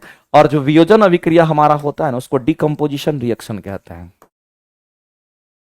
इसको हम लोग क्या कहेंगे? तो इसको हम लोग डिकम्पोजिशन रिएक्शन कहते हैं। एक संयोजन अभिक्रिया होता है, इसको हम लोग क्या कहते हैं? संयोजन अभिक्रिया कहने का मतलब है 2 या 2 से अधिक तत्व 2 या 2 से अधिक हमारा अभिकारक मिलकर के एक उत्पाद बनाता है और वह ऊष्माक्षेपी होता है और ये ऊष्माशोषी होता है। ये कैसा होगा? तो ये ऊष्माशोषी होता है। ये मेरे भाई ऊष्माशोषी होगा। जैसे एग्जाम्पल के तौर पर अगर देखना चाहते हैं तो मान लेते हैं कि हमारे पास कैल्शियम कार्बोनेट है, इसको आप उष्मा दीजिएगा तभी ये टूटेगा, टूटेगा तो CaO और कार्बन डाइऑक्साइड गैस को बाहर करेगा। तो ये हमारा क्या है? तो कहेंगे उष्मीय अपघटन है। जल अपघटन भी हो सकता है, ये हमारा प्रकाशीय अपघटन भी हो सकता है, विद्युतीय अपघटन भी हो सकता है, कैसा भी हो सकता है। लेकिन अगर वियोजन अभिक्रिया है तो उससे क्या निकलेगा मेरे भाई? याद रखना कार्बन डाइऑक्साइड गैस तो यहां से बाहर निकलेगा ही निकलेगा, और साथ ही साथ इसमें उष्मा इसको चाहिए। अगर इसको उष्मा चाहिए तो ये उष्माशोषी होगा, ये ऑलवेज उष्माशोषी होगा। इसीलिए कहते हैं कि वियोजन अभिक्रिया हमेशा उष्माशोषी होगा। और इसी का उल्टा होता है कौन? तो इसी का उल्टा होता है हमारा संयोजन अभिक्रिया। इसी का उल्टा होता है कौन? तो इसको हम लोग संयोजन अभिक्रिया कहते हैं, इस बात को ध्यान रखना। अगर संयोजन अभिक्रिया की बात करते हैं तो इसी का जस्ट उल्टा होता है, और इसको कहते हैं मेरे भाई एडिशन रिएक्शन, या फिर हम कहेंगे इसको उष्माक्षेपी कहते हैं। वो अगर उष्मा लेता है तो ये उष्मा को बाहर करता है, इसको उष्माक्षेपी अभिक्रिया कहते हैं। ये हमेशा उष्माक्षेपी ही होगा, इस बात को ध्यान रखना। से मान लेते हैं आप कार्बन को जलाए और कार्बन को ऑक्सीजन के साथ जलाए, तो एक ही हमारा कंपाउंड बनना चाहिए कार्बन डाइऑक्साइड, और साथ में मेरे भाई कुछ हीट भी बाहर निकलेगा, कुछ उष्मा भी बाहर इससे निकलेगा। तो जब कभी भी एक उत्पाद अगर बनता तो उसको हम कहते हैं संयोजन अभिक्रिया, और जब एक उत्पाद बनेगा तो याद रखना उष्मा भी बाहर निकलेगा, और ये हमारा उष्माक्षेपी कहलाने लगता है। तो मेरे भाई वियोजन अभिक्रिया के बारे में बोला गया है कि यह एक एकल यौगिक दो या दो से अधिक सरल पदार्थों में टूट जाता है, एक एकल यौगिक दो या दो से अधिक पदार्थों में टूट जाता है। ये हमारा वियोजन अभिक्रिया का कहेंगे यहां पर डेफिनेशन है। दूसरी बात मेरे भाई, ये उष्मा लेता है, ये उष्मा लेता है, ये उष्मा लेगा लेगा लेगा। इसमें होने के लिए उष्मा चाहिए, प्रकाश चाहिए, विद्युत चाहिए, सब चाहिए, और ये उष्मा शोषी अभिक्रिया कहलाएगा। एक और स्टेटमेंट दे रखा है यहां पर, और ये आपको कैसे दे रखा है? तो 2H2O के रूप में दे रखा है, और इसमें इलेक्ट्रिसिटी दे करके आपने क्या किया? तो हाइड्रोजन को अलग कर दिया और ऑक्सीजन को भी आपने अलग कर दिया। मेरे भाई एक से दो अलग अलग हो गया, और आपने यहां पर इलेक्ट्रिसिटी का इस्तेमाल किया। मेरे भाई ये कहीं ना कहीं हमारा किसका रिएक्शन है? तो कहेंगे वियोजन अभिक्रिया का रिएक्शन है। ये तीनों स्टेटमेंट सही है, इसमें कहीं से कोई दिक्कत नहीं है, और आंसर करेंगे एक से अधिक, आपका डी करेक्ट कीजिए। आगे चलते हैं, अगला दे रखा है कि परागन में परागकण का परागकोश से वर्तिकाग्र तक स्थानांतरित होना। मेरे भाई बिल्कुल सही बात है कि परागन कहने का मतलब यही होता है। परागन कहने का मतलब ही यही होता है कि ये हमारा कोई फूल है, और इस फूल में अगर हम लोग देखते हैं तो मेरे भाई हम लोग क्या देखते हैं कि ये हमारा, मान लेते हैं कि यहां पर फूल होता है, तो ये मेल पार्ट, ये फीमेल पार्ट, मेल 2 होता है, फीमेल 3 होता है। इसी में परागकण छोटे छोटे कण होते हैं, और यही हमारा यहां वर्तिकाग्र पर किसी ना किसी के माध्यम से ट्रांसफर हो जाता है, जिस प्रोसेस को पॉलिनेशन कहा जाता है। और पॉलिनेशन कहने का मतलब हिंदी में इसको परागन कहते हैं, ध्यान रखेंगे। तो मेरे भाई कण का यहां से यहां तक स्थानांतरित हो जाना, हमारा परागकोश से परागकण का वर्तिकाग्र पर स्थानांतरित हो जाना, इसको वर्तिकाग्र कहते हैं, यहां पर स्थानांतरित हो जाना, इसको पॉलिनेशन कहते हैं। ये स्टेटमेंट मेरे भाई बिल्कुल राइट है कि परागन किसको कहते हैं, पॉलिनेशन किसको कहते हैं? परागकण का परागकोश से परागकण का वर्तिकाग्र पर ट्रांसफर हो जाना, वही हमारा क्या कहलाता? परागन कहलाता है। तो परागकणों का परागकोश से वर्तिकाग्र तक स्थानांतरण हमारा परागन कहलाता है। स्टेटमेंट सही है। देखते हैं इसका रीजन सही है कि नहीं।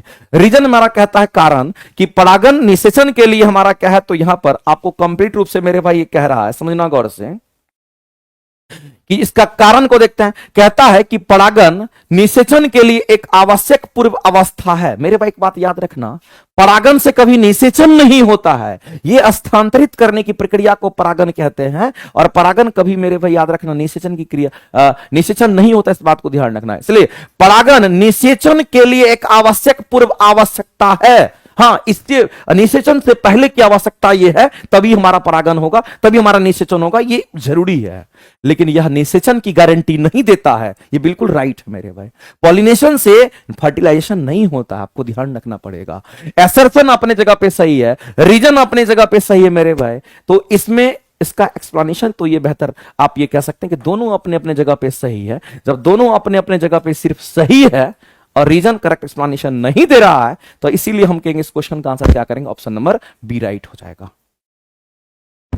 आगे चलते हैं मेरे भाई, दोनों का कोई रिलेशन ही नहीं है, लेकिन हाँ दोनों अपने अपने जगह पे क्या है तो सही है। अगला मेरे भाई साइंस का जो टेस्ट आपका चलता है, जरूर ये टेस्ट आप प्लेटफॉर्म बाय नवीन कुमार सिंह एप्लीकेशन से दीजिए, जाइए वहां पर साइंस का टेस्ट मिल जाएगा ढूंढ करके। ये जो चल रहा है आपका सीरीज 8वां सेशन चल रहा है, टेस्ट दीजिए, उसके बाद पार्टिसिपेट कीजिए आप डिस्कशन में, ठीक है, तब मजा आएगा। ये क्वेश्चन तो मेरे भाई सबके लिए आसान है। बताइए कि प्रिज्म से होकर गुजरने पर जो हमारा व्हाइट लाइट ऑफ सोर्स, हमारा सूरज की प्रकाश होती है, 7 रंगों में विभक्त हो जाती है। इस घटना को प्रकाश का वर्ण विक्षेपण कहते हैं, और वह 7 रंग हमारा विवेक्योर के रूप में होता है, बैगनी से लेकर के कहां तो लाल तक। सही है। अगला मेरे भाई हम लोग ये जानते हैं कि जो स्पेक्ट्रम जो डिस्पर्सन ऑफ लाइट हमारा होता है एक प्रिज्म के रूप में, ये प्रिज्म हमारा क्या कहेंगे, ग्लास के रूप में हमारा यहां पर प्रिज्म होता है। ये प्रिज्म होता है, इस पर जब सूरज की प्रकाश पड़ती तो सीधे नहीं निकल करके ये हमारा विभक्त होने लगती है, ऐसे करके ऐसे विभक्त होगी। ऐसे अगर ये विभक्त होगी तो इसमें कितने कलर होंगे? इसमें 7 कलर होंगे, सबसे नीचे वायलेट, ऊपर में रेड। सबसे कम मेरे पास डिफ्लेक्शन किसका होगा? तो लाल का होगा। इसमें डिफ्लेक्शन हमारा कम होगा, डेल्टा मिनिमम होगा, और सबसे ज्यादा डिफ्लेक्शन बैगनी का होगा, ये डेल्टा मैक्स होगा। तो मेरे भाई आपसे बोला कि लाल प्रकाश सबसे कम मुड़ता है, लेकिन लाल प्रकाश इतना ही मुड़ा है, जबकि बैगनी जो हमारा सबसे अधिक मुड़ता है। इसका मतलब ये भी स्टेटमेंट सही है। तो डी मारिए, आगे चलिए। ये कंसेप्ट न्यूटन ने बताया था। आगे मेरे भाई यहां पर जूल के तापन नियम की अगर बात करते हैं, ये कंसेप्ट जूल ने दिया था, और उन्होंने एक इक्वेशन दिया था, H इक्वल टू हमारा क्या होगा? तो H equal to I square R T दिया था। और उन्होंने बोला था अगर कोई वायर है और उस वायर से अगर करंट पास कर रही है, उस वायर का रेजिस्टेंस आर है, अगर उस वायर से करंट पास कर रही है तो ये कितना गर्म होगा, ये कितना उष्मा डेवलप करेगा, ये कितना उष्मा डेवलप करेगा, उसको कैसे कैलकुलेट करेंगे? तो वही उष्मा निकालने का ये फॉर्मूला उन्होंने दिया, H बराबर आई स्क्वायर आर टी, और जितने समय तक इसमें करंट पास करेगा वो टी हमारा है। तो मेरे भाई H हमारा समानुपाती क्या है? तो कहेंगे आई स्क्वायर का। H हमारा बीच समानुपाती है, कहेंगे आर का। H समानुपाती है तो हम कहेंगे यहां पर टाइम का। ये तीनों रिलेशंस को सेटिस्फाइड कर रहा है। अगर किसी प्रतिरोध में उत्पन्न उष्मा उसमें प्रवाहित होने वाली धारा के वर्ग का समानुपाती होगा, धारा के वर्ग का समानुपाती होगा। पहला स्टेटमेंट बिल्कुल राइट है।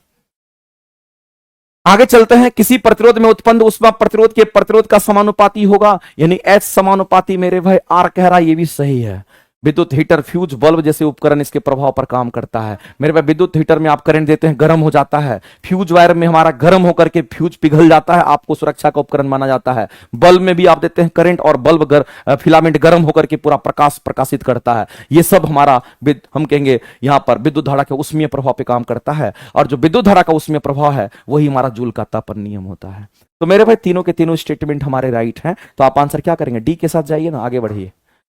अगला कह रहा है अलैंगिक जनन की तुलना में लैंगिक जनन अधिक विविधताएं पैदा करता है। ये तो कितनी बार आप एसेक्सुअल के और सेक्सुअल कंडीशंस में आप समझ सकते हैं। सेक्सुअल में आपका मेल फीमेल दोनों पार्टिसिपेट करता है, तो जाहिर सी बात है मेरे भी भिन्नताएं तो बहुत अधिक देखने को मिलेगा। एसेक्सुअल में तुम्हारा केवल या तो मेल होगा नहीं तो फीमेल होगा, तो यहां पर भिन्नताएं कम होती है। कारण भी दे दिया है, लैंगिक जनन में दो अलग अलग माता पिता यहां पर अनुवांशिक सामग्री का संयोजन शामिल होता है, जिससे अद्वितीय अनुवांशिक संयोजन वाले संतान उत्पन्न होते हैं। इसी कारण हम कहते हैं कि हमारा अधिक विविधताएं पैदा करता है। तो ऑप्शन नंबर ए के साथ जाइए। असर्शन रीजन दोनों सही है, और आंसर करेंगे ए। और रीजन हमारा करेक्ट एक्सप्लेनेशन भी दे रहा है। मेरे भाई रिफ्लेक्स एक्शन अगर कोई देता है तो वो कौन देता है? और आपको ध्यान रखना है कि अगर हम कभी भी रिफ्लेक्स एक्शन की अगर हम बात करते हैं, अगर कभी भी हम रिफ्लेक्स एक्शन की बात करते हैं तो ये कौन देता है मेरे भाई? याद रखना, ये हमारा स्पाइनल कॉर्ड देता है। ये हमारा स्पाइनल कॉर्ड देता है, इस बात को ध्यान रखना। और स्पाइनल कॉर्ड में आपको ध्यान रखना 31 जोड़ी, इससे स्पाइनल कॉर्ड से 31 जोड़ी स्पाइनल नर्व जुड़ा होता है। ये स्पाइनल नर्व जुड़ा होता है, इस बात को ध्यान रखना। ये एग्जाम में क्वेश्चन जुड़ी होती, ये क्वेश्चन एग्जाम में पूछा गया है कितना जोड़ी होता है स्पाइनल नर्व? तो कहेंगे 31 जोड़ा होता है। और रिफ्लेक्स एक्शन कौन देता है? तो स्पाइनल कॉर्ड देता है। और मेरे भाई याद रखना, ये आपको बहुत ही क्विक, आप कहेंगे बहुत फास्ट, वेरी फास्ट एक्शन देता है। आप कह सकते हैं यहां पर वेरी क्विक एक्शन देता है, इस बात को ध्यान रखेंगे। ये आपको ध्यान रखना है कि ये वेरी क्विक एक्शन देता है, वेरी क्विक एक्शन देता है, इस बात को ध्यान रखना। देखिए कहीं पर अगर आपके पैर में कहीं कांटा चुभ गया, तुरंत पता चलता है आपको। ऐसा नहीं कांटा चुभ गया 2 घंटा के बाद पता चलता है, तुरंत पता चलता है, क्योंकि मेरे भाई ये क्विक एक्शन देता है, इस बात को ध्यान रखेंगे। यह उत्तेजना के प्रति एक तत्कालिक का मतलब होता है तुरंत। अनैच्छिक प्रतिक्रिया, अनैच्छिक प्रतिक्रिया मेरे भाई कहने का मतलब कोई भी चीज अगर होगा तो आपको पता चल जाता है। प्रत्यावर्ती चाप रिफ्लेक्स आर्क में एक संवेदी न्यूरॉन, एक रिले न्यूरॉन और एक हमारा मोटर न्यूरॉन शामिल होते हैं। याद रखना मेरे भाई रिफ्लेक्स एक्शन में ये तीनों चीज हमारे शामिल होते हैं। इसमें कौन कौन से न्यूरॉन शामिल होते हैं मेरे भाई? तो रिफ्लेक्स एक्शन में आपको ध्यान रखना है, एक तो आपका सेंसरी न्यूरॉन होता है, एक आपका सेंसरी न्यूरॉन होता है, ये याद रखिएगा, लिख लीजिएगा सेंसरी न्यूरॉन। दूसरा जो हमारा इसमें पार्टिसिपेट करता है इसको रिले न्यूरॉन कहते हैं, इसको हम लोग रिले न्यूरॉन के नाम से हम लोग जानते हैं, ये हमारा रिले न्यूरॉन होगा। और तीसरा जो हमारा होता है इसमें हम लोग कहेंगे हमारा मोटर न्यूरॉन भी हमारा होता है, इसमें मोटर न्यूरॉन भी हमारा शामिल होता है, इस बात को ध्यान रखेंगे। तो कुल मिलाकर के ये तीनों न्यूरॉन हमारे होते हैं, रिफ्लेक्सेशन में भाग लेता है। ये स्टेटमेंट भी हमारा सही है। अगला मेरे भाई है कि छींकना, खांसना, गर्म वस्तु से हाथ हटाना, ये सब प्रतिवर्ती क्रिया के कारण ही होता है, ये सब सही है मेरे भाई। आंसर करेंगे डी आपका सही है, सही पूछा गया था। आगे चलते हैं। अगला है कि उपकला, उपकला उत्तक मेरे भाई एरियोलर टिश्यू की बात कर रहा है, सॉरी एपिथेलियम टिश्यू की बात कर रहा है। आपसे किसकी बात कर रहा है? तो एपिथेलियम टिश्यू की बात कर रहा है। और हम लोग जानते हैं कि एपिथेलियम टिश्यू हमारा क्या होता है, हमारे शरीर के अंदर बहुत सारे ऑर्गन्स है, उसके अंदर की परत और बाहर की परत एपिथेलियम टिश्यू की बनी होती है, जो उस ऑर्गन को सुरक्षा प्रदान करता है। बात को ध्यान रखना।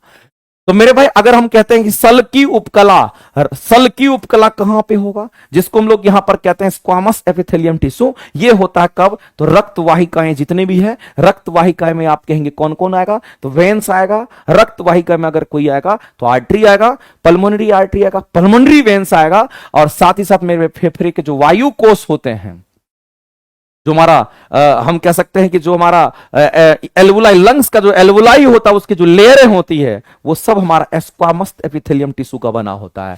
तो आपको मेरे भाई याद क्या रखना है? तो आपको याद रखना है, ये जो सल्की उपकला होती है, ये किसके किसके लिए है? कहेंगे रक्त वाहिकाएं, जो भी हमारा ब्लड वेसल्स होगा, फेफड़ा के वायु कोष का जो अस्तर बनाती है, उसकी बात करेंगे, उसमें सल्की उपकला होती है। इसी तरीके से अगर आपसे कोई कहता है क्यूबेडल उपकला जो हमारा होता है, ये कहां पे होता है? तो क्यूबेडल हमारा कहां पे होगा? जो किडनी का जो मेरे भाई यहां पर नालिकाएं होती है, और जो लार ग्रंथि में पाई जाती है, हमारा लार ग्रंथि हमारी होती है, उसमें भी होता है। सिर्फ लार ग्रंथि में ही नहीं होगा, हमारे थायराइड में भी होता है, एड्रिनल में भी होता है, ये बहुत सारी ग्रंथियां में ये आपको देखने को मिलेगा, जिसको क्यूबेडल एपिथेलियम टिश्यू कहते हैं। इसी तरीके से हम लोग कहते हैं यहां पर कोलुमनार, जिसको स्तंभाकार उपकला कहते हैं, ये कहां? तो हमारी जो आंतें होती है, उस आंते के अस्तर, आंत का जो इंटेस्टाइन का जो अस्तर होता है, स्टमक का जो अस्तर होता है, उसमें ये पाया जाता है। तो ये एक लिखना पड़ेगा, याद रखना पड़ेगा आपको कि किसमें कौन सा लेयर हमारा होता है। आंसर करेंगे मेरे भाई डी, सभी सही है। आगे चलते हैं। अगला क्वेश्चन हमारा, हीरे का अपवर्तनांक बहुत अधिक होता है। बिल्कुल सही बात है मेरे भाई, हीरे का अपवर्तनांक बहुत अधिक होता है, और अपवर्तनांक जो हीरा का होता है उसको म्यूज दिखाते हैं, और ये 2.42 तक घोंट के पी जाना, जितने भी पदार्थ है सब में से ज्यादा होगा। चले हीरा हमारा ज्यादा कठोर होता है, सघन भी होता है, और यही कारण है कि अपवर्तनांक ज्यादा है, जिससे कारण मेरे भाई क्या होता है कि उसकी चमक बनी हुई रहती है, और पूर्ण आंतरिक परावर्तन करता है। टोटली उसी के अंदर प्रकाश जाकर के उसी में टकरा करके बाहर निकल जाता, पूर्ण आंतरिक परावर्तन की घटना घटती है। और ये प्रकाश, जब प्रकाश ठीक से कटे हुए हीरे में प्रवेश, जब प्रकाश ठीक से कटे हुए हीरे में प्रवेश करता, तो ये घटनाएं घटती है, पूर्ण आंतरिक परावर्तन की घटना घटेगी, और उसमें चमक आ जाती है मेरे भाई, अपवर्तनांक ज्यादा होने के कारण। इसका मतलब ये इसी कारण तो ये हमारा ऐसा हो रहा है। तो एसर्शन भी सही है और रीजन भी सही हमारा है, और हम लोग यहां पर कह सकते हैं कि एसर्शन और रीजन अगर हमारा सही है, तो यहां पर एक्सप्लेनेशन भी हमारा इसका क्या औरत कहेंगे सही है। तो ऐसी परिस्थिति में ए आंसर्स को ही टिक आउट करेंगे। आगे चलते हैं। अगला क्वेश्चन मेरे भाई देखते हैं क्या कहता है, निम्नलिखित में से कौन सा पुरुष के वृषण टेस्टिस के कार्यों का वर्णन करता है? जाहिर सी बात है मेरे भाई, जो टेस्टिस होता है वो शुक्राणु उत्पन्न करते हैं, कि एक बच्चा जानता होगा टेस्टोस्टेरोन हार्मोन का सिक्रेशन करता है, वृषण कोष में स्थित होते हैं। जो टेस्टिस होता है मेरे भाई वो कहां पे होता है? तो टेस्टिस जो होता है वो वृषण कोष में होता है, जिसको स्क्रोटल सैक कहते हैं, जिसको स्क्रोटम कहते हैं, उसी में वो स्थित होता है। और उन्हें शरीर के तापमान से थोड़ा कम तापमान, 1 से 2 डिग्री टेम्परेचर कम पर वो क्या करता है? तो प्रॉपर स्पर्म का फॉर्मेशन करता है। इसलिए ये आप जानते हैं मेरे भाई डी सही हो जाएगा। आगे चलते हैं। अगला है एक समान वृत्तीय गति के लिए। एक समान वृत्तीय गति कहने का मतलब यूनिफॉर्म सर्कुलर मोशन, कई बार इसके बारे में चर्चा किए हैं। और यूनिफॉर्म सर्कुलर मोशन जब कभी भी बोलता है, देखो मोशन, सर्कुलर मोशन 2 प्रकार का होता है, एक यूनिफॉर्म होता है, एक नॉन यूनिफॉर्म होता है। यूनिफॉर्म सर्कुलर मोशन के, चूंकि यूनिफॉर्म सर्कुलर मोशन ही आपको पढ़ना है, और यूनिफॉर्म सर्कुलर मोशन में गति की लगातार दिशा बदलने से मेरे पास वो त्वरित गति में आ जाता है, और गति की लगातार दिशा बदलेगी तो उसका वेग बदलेगा, वेग बदलेगा तो त्वरण आ जाएगा। और चाल इसमें स्थिर रहती है, वेग इसका बदलता रहता है। ये सब स्टेटमेंट क्या है? तो इसके राइट हैं। और मेरे भाई इसलिए 1 2 3 तीनों सही करिए, आगे बढ़िए। आगे हमारा दे रखा है प्लास्टर ऑफ पेरिस को नमी रोधी कंटेनर में संग्रहित किया जाता है। हम लोग जानते हैं मेरे भाई ये हमारा क्या कहेंगे, ये हमारा जिप्सम होता है, और जिप्सम का केमिकल फॉर्मूला CaSO4 2H2O होता है। इसको जब आप गर्म करते हो तब पता चलता है कि ये प्लास्टर ऑफ पेरिस बन करके आता है, और इसको कहते हैं CaSO4, और ये हमारा हाफ H2O बोलते हैं। मेरे भाई मामला क्या है, इस बात को आप समझिएगा कि जो जिप्सम हमारा होता है उसको गर्म करेंगे तो पीओपी बन जाता है, और प्लास्टर ऑफ पेरिस हमारा जो यहां पर है ये पाउडर के रूप में होता है। और जैसे ही प्लास्टर ऑफ पेरिस को नमी मिलेगा, जैसे सीमेंट है, सीमेंट को नमी मिलेगा, सीमेंट जम जाता है, वैसे ही प्लास्टर ऑफ पेरिस इसको अगर पानी की मात्रा मिलेगी तो ये हार्ड हो जाएगा तुरंत। ये किसी का हड्डी टूट जाता है, उसको सपोर्ट प्रदान करने के लिए उस पर प्लास्टर किया जाता है, प्लास्टर ऑफ पेरिस से मूर्ति बनाने के लिए यूज करते हैं, तो वहां पर नमी देकर के, पानी देकर के उसको हार्ड बना दिया जाता है। तो मेरे भाई आपको ध्यान रखना, प्लास्टर ऑफ पेरिस को नमी रोधी कंटेनर में रखते हैं, नहीं तो वो जम जाएगा, खराब हो जाएगा। इसलिए स्टेटमेंट सही है। अगला कारण क्या दे रखा है, यह नमी पानी में संपर्क आने पर यह कठोर ठोस के पदार्थ के रूप में हमारा ये क्या होगा, तो मेरे भाई इस तरीके से हमारा जिप्सम में बदल जाएगा, फिर गर्म करेंगे तो फिर ये हमारा बनेगा। यानी मेरे भाई दोनों स्टेटमेंट हमारे सही है, और रीजन भी आपको कह रहा है, इसलिए उसमें स्टोर करते हैं। तो असर्शन और रीजन दोनों सही है। रीजन आपका रीजन जो है असर्शन का सही एक्सप्लेनेशन भी दे रहा है, आंसर करेंगे ये। आगे चलते हैं, अगला क्वेश्चन देखते हैं। नेक्स्ट अगला क्वेश्चन हमारा क्या कहता है, नेक्स्ट क्वेश्चन पर बढ़ते हैं। कहता है कि जंतु जगत के संघ के बारे में बताइए, कौन सा स्टेटमेंट। मेरे में निडेरिया संघ के अंतर्गत कौन आता है, तो कहेंगे हाइड्रा आता है, जेलीफिश आता है, ये निडेरिया संघ के अंतर्गत आता है। आप सभी लोग जानते हो निडेरिया को सिलेंट्रेटा कहते हैं। प्लेटी हेलमेंथिस के अंदर हमारा टेप वर्म आता है, पिन वर्म आता है, हमारा चपटा क्रेमी, इसी को टेप वर्म हम कहते हैं। हमारा लिवर फ्लूक भी इसी में आता है, इस बात को ध्यान रखेंगे। जो मोलस्का हमारा दूसरा सबसे बड़ा संघ होता है जंतु का, मेरे भाई उसकी शरीरें जो होती है वो सॉफ्ट होती है, नरम होती है। और मोलस्का के अंतर्गत ही तो सीपी संघ ऑक्टोपस, ऑक्टोपस देखिएगा पूरा लतर पतर जाता है, उसका पूरा 8 गो पैर रहता है, पूरा पकड़ लेगा आपको, पूरा लचीला होता है मेरे भाई, नरम होता है, जो एक खोल में बंद होता है, जो अक्सर एक खोल में बंद होता है। स्टेटमेंट आपका सही है, तो आंसर करेंगे ऑप्शन नंबर हमारा क्या हो जाएगा, तीनों सही है। तो 1 2 3 तीनों सही, तो आंसर डी लगाइए, आगे बढ़िए। आगे मेरे पे एनसीईआरटी की भी क्लासेस चल रही है, जिनको भी लगता है कि एनसीईआरटी एग्जाम्पलर को भी लगातार करते रहेंगे, आप जरूर करिए। ये क्लासेस आज तो नहीं हो पाई थी, क्योंकि कुछ हमको काम था जिसकी वजह से क्लासेस नहीं ले पाए थे, लेकिन एनसीईआरटी की क्लासेस करने के बाद पूरा आपको एकदम पूरा बेस आपका तैयार कर देगा। आपको मेरे भाई रिजल्ट देना, इसलिए रिजल्ट के लिए पढ़िए। अगला कहता है कि बायोगैस की हम बात करते हैं। मेरे भाई आपको ध्यान रखना, अगर बायोगैस अगर कह दिया तो बायोगैस बोले या फिर गोबर गैस बोले, दोनों एक ही चीज है, दोनों कुछ अलग नहीं, इस बात को ध्यान रखना। और इसका बायोगैस में अगर मुख्य रूप से अगर देखते हैं तो आप किसको देखते हैं, तो मेरे में मुख्य रूप से हमारा मीथेन ही होता है, CH4 गैस होता है। और कितना परसेंटेज होता है, लगभग मेरे पास 75% तक चला जाता है, उसके बाद कार्बन डाइऑक्साइड गैस होता है। तो मुख्य रूप से इसीलिए बोला है कि बायोगैस में हमारा ये होता है। और ये कैसे बनता है मेरे भाई, तो जब भी इसमें होगा तो अवायवीय रिएक्शन होता है, बिना ऑक्सीजन का रिएक्शन होता है। इसमें कौन काम करता है, तो मेरे भाई इसमें बैक्टीरिया काम करता है, इसमें मिथेनोजन बैक्टीरिया काम करता है, इस बात को ध्यान रखना। इसमें मिथेनोजन बैक्टीरिया काम करता है। इसमें हमारा कौन भाग लेता है, तो मिथेनोजन बैक्टीरिया पार्टिसिपेट करता है। मिथेनोजन बैक्टीरिया से मीथेन गैस तैयार होता है। अगला, ये पशु के गोबर फसल अवशेष को सीवेज, अवायवीय, देखो वायवीय नहीं, अवायवीय, यहां पर ध्यान रखना, अपघटन होता है, सही है। अवायवीय डिकम्पोजिशन, अवायवीय अपघटन लिखिए तो ज्यादा सही रहेगा। अवायवीय अपघटन को सराहना गलाना। और यह क्या करता है, यह एक स्वच्छ नवीकरणीय ऊर्जा का स्रोत है। मेरे भाई बायोगैस की अगर हम बात करते हैं तो बायोगैस जो मीथेन गैस हमारा बनता है, ये हमारा क्या नवीकरणीय ऊर्जा का स्रोत हमारा है। आप लगातार इसको यूज करते रहिए, कचरा उचरा को लगातार यूज करते रहिए, नवीकरणीय ऊर्जा का स्रोत है। इसका मतलब है मेरे भाई ये आप कह सकते हैं रेन्यूएबल सोर्सेस ऑफ एनर्जी के अंतर्गत हमारा आएगा। आगे चलते हैं, अगला हमारा दे रखा है कि अपच का इलाज करने के लिए एंटाइसिड के रूप में आप किसको लेते हैं, जैसे आप मेरे भाई इनो पी लेते हैं ना, तो उसमें क्या होता है, उसमें आप कह सकते हैं NaHCO3 बेकिंग सोडा होगा, या फिर मैग्नीशियम हाइड्रोक्साइड जिसको मिल्क ऑफ मैग्नीशिया कहते हैं। ये सब हमारा होता है जो कि क्षार प्रकृति का होता है। ये सब कैसा होता है मेरे भाई, क्षारीय होता है। अगर किसी के पेट में अम्ल हो गया, एसिड हो गया, एसिडिटी को कम करना है तो एंटाइसिड के रूप में आप क्या लेंगे, तो आप ये सब लेंगे। और मेरे भाई क्या होगा, तो आपकी एसिडिटी कम हो जाएगी, सही है। कारण दे रखा है, एंटासिड हल्के क्षारक होते हैं, यह हल्का ही हमारा वीक बेस ही होता है, लेकिन पेट में अतिरिक्त अम्ल को क्या करता है, उदासीन करके राहत देता है। असर्शन भी सही है, रीजन भी सही है, और रीजन इस असर्शन का करेक्ट एक्सप्लेनेशन भी दे रहा है। आंसर करेंगे ऑप्शन नंबर ए आपका राइट हो जाएगा। आगे चलते हैं, अगला क्वेश्चन हम लोग देखते हैं क्या कहता है मेरे भाई। नेक्स्ट क्वेश्चन हमारा यहां पर है, परमाणु की संरचना के बारे में बताइए, कौन सा स्टेटमेंट। प्रोटॉन के नाभिक में तो सब जानते हैं, इलेक्ट्रॉन चारों तरफ निश्चित ऊर्जा के साथ हमारा कोष में गति करेगा, और एक परमाणु में प्रोटॉन की संख्या ही परमाणु संख्या होती है। इसमें बताना क्या है, सब कुछ तो लिखा हुआ, 1 2 3 तीनों स्टेटमेंट सही है, तो तीनों स्टेटमेंट दे रखा था इसलिए सी करेंगे। आगे, नवीकरणीय प्राकृतिक संसाधन मेरे भाई, रेन्यूएबल सोर्सेस ऑफ एनर्जी की बात कर रहा है। यहां पर किसकी बात कर रहा है, रेन्यूएबल सोर्सेस ऑफ एनर्जी की बात कर रहा है। और मेरे भाई आप एक बात समझ लीजिए, रेन्यूएबल सोर्स की बात कर रहा है, सोर्सेस ऑफ एनर्जी।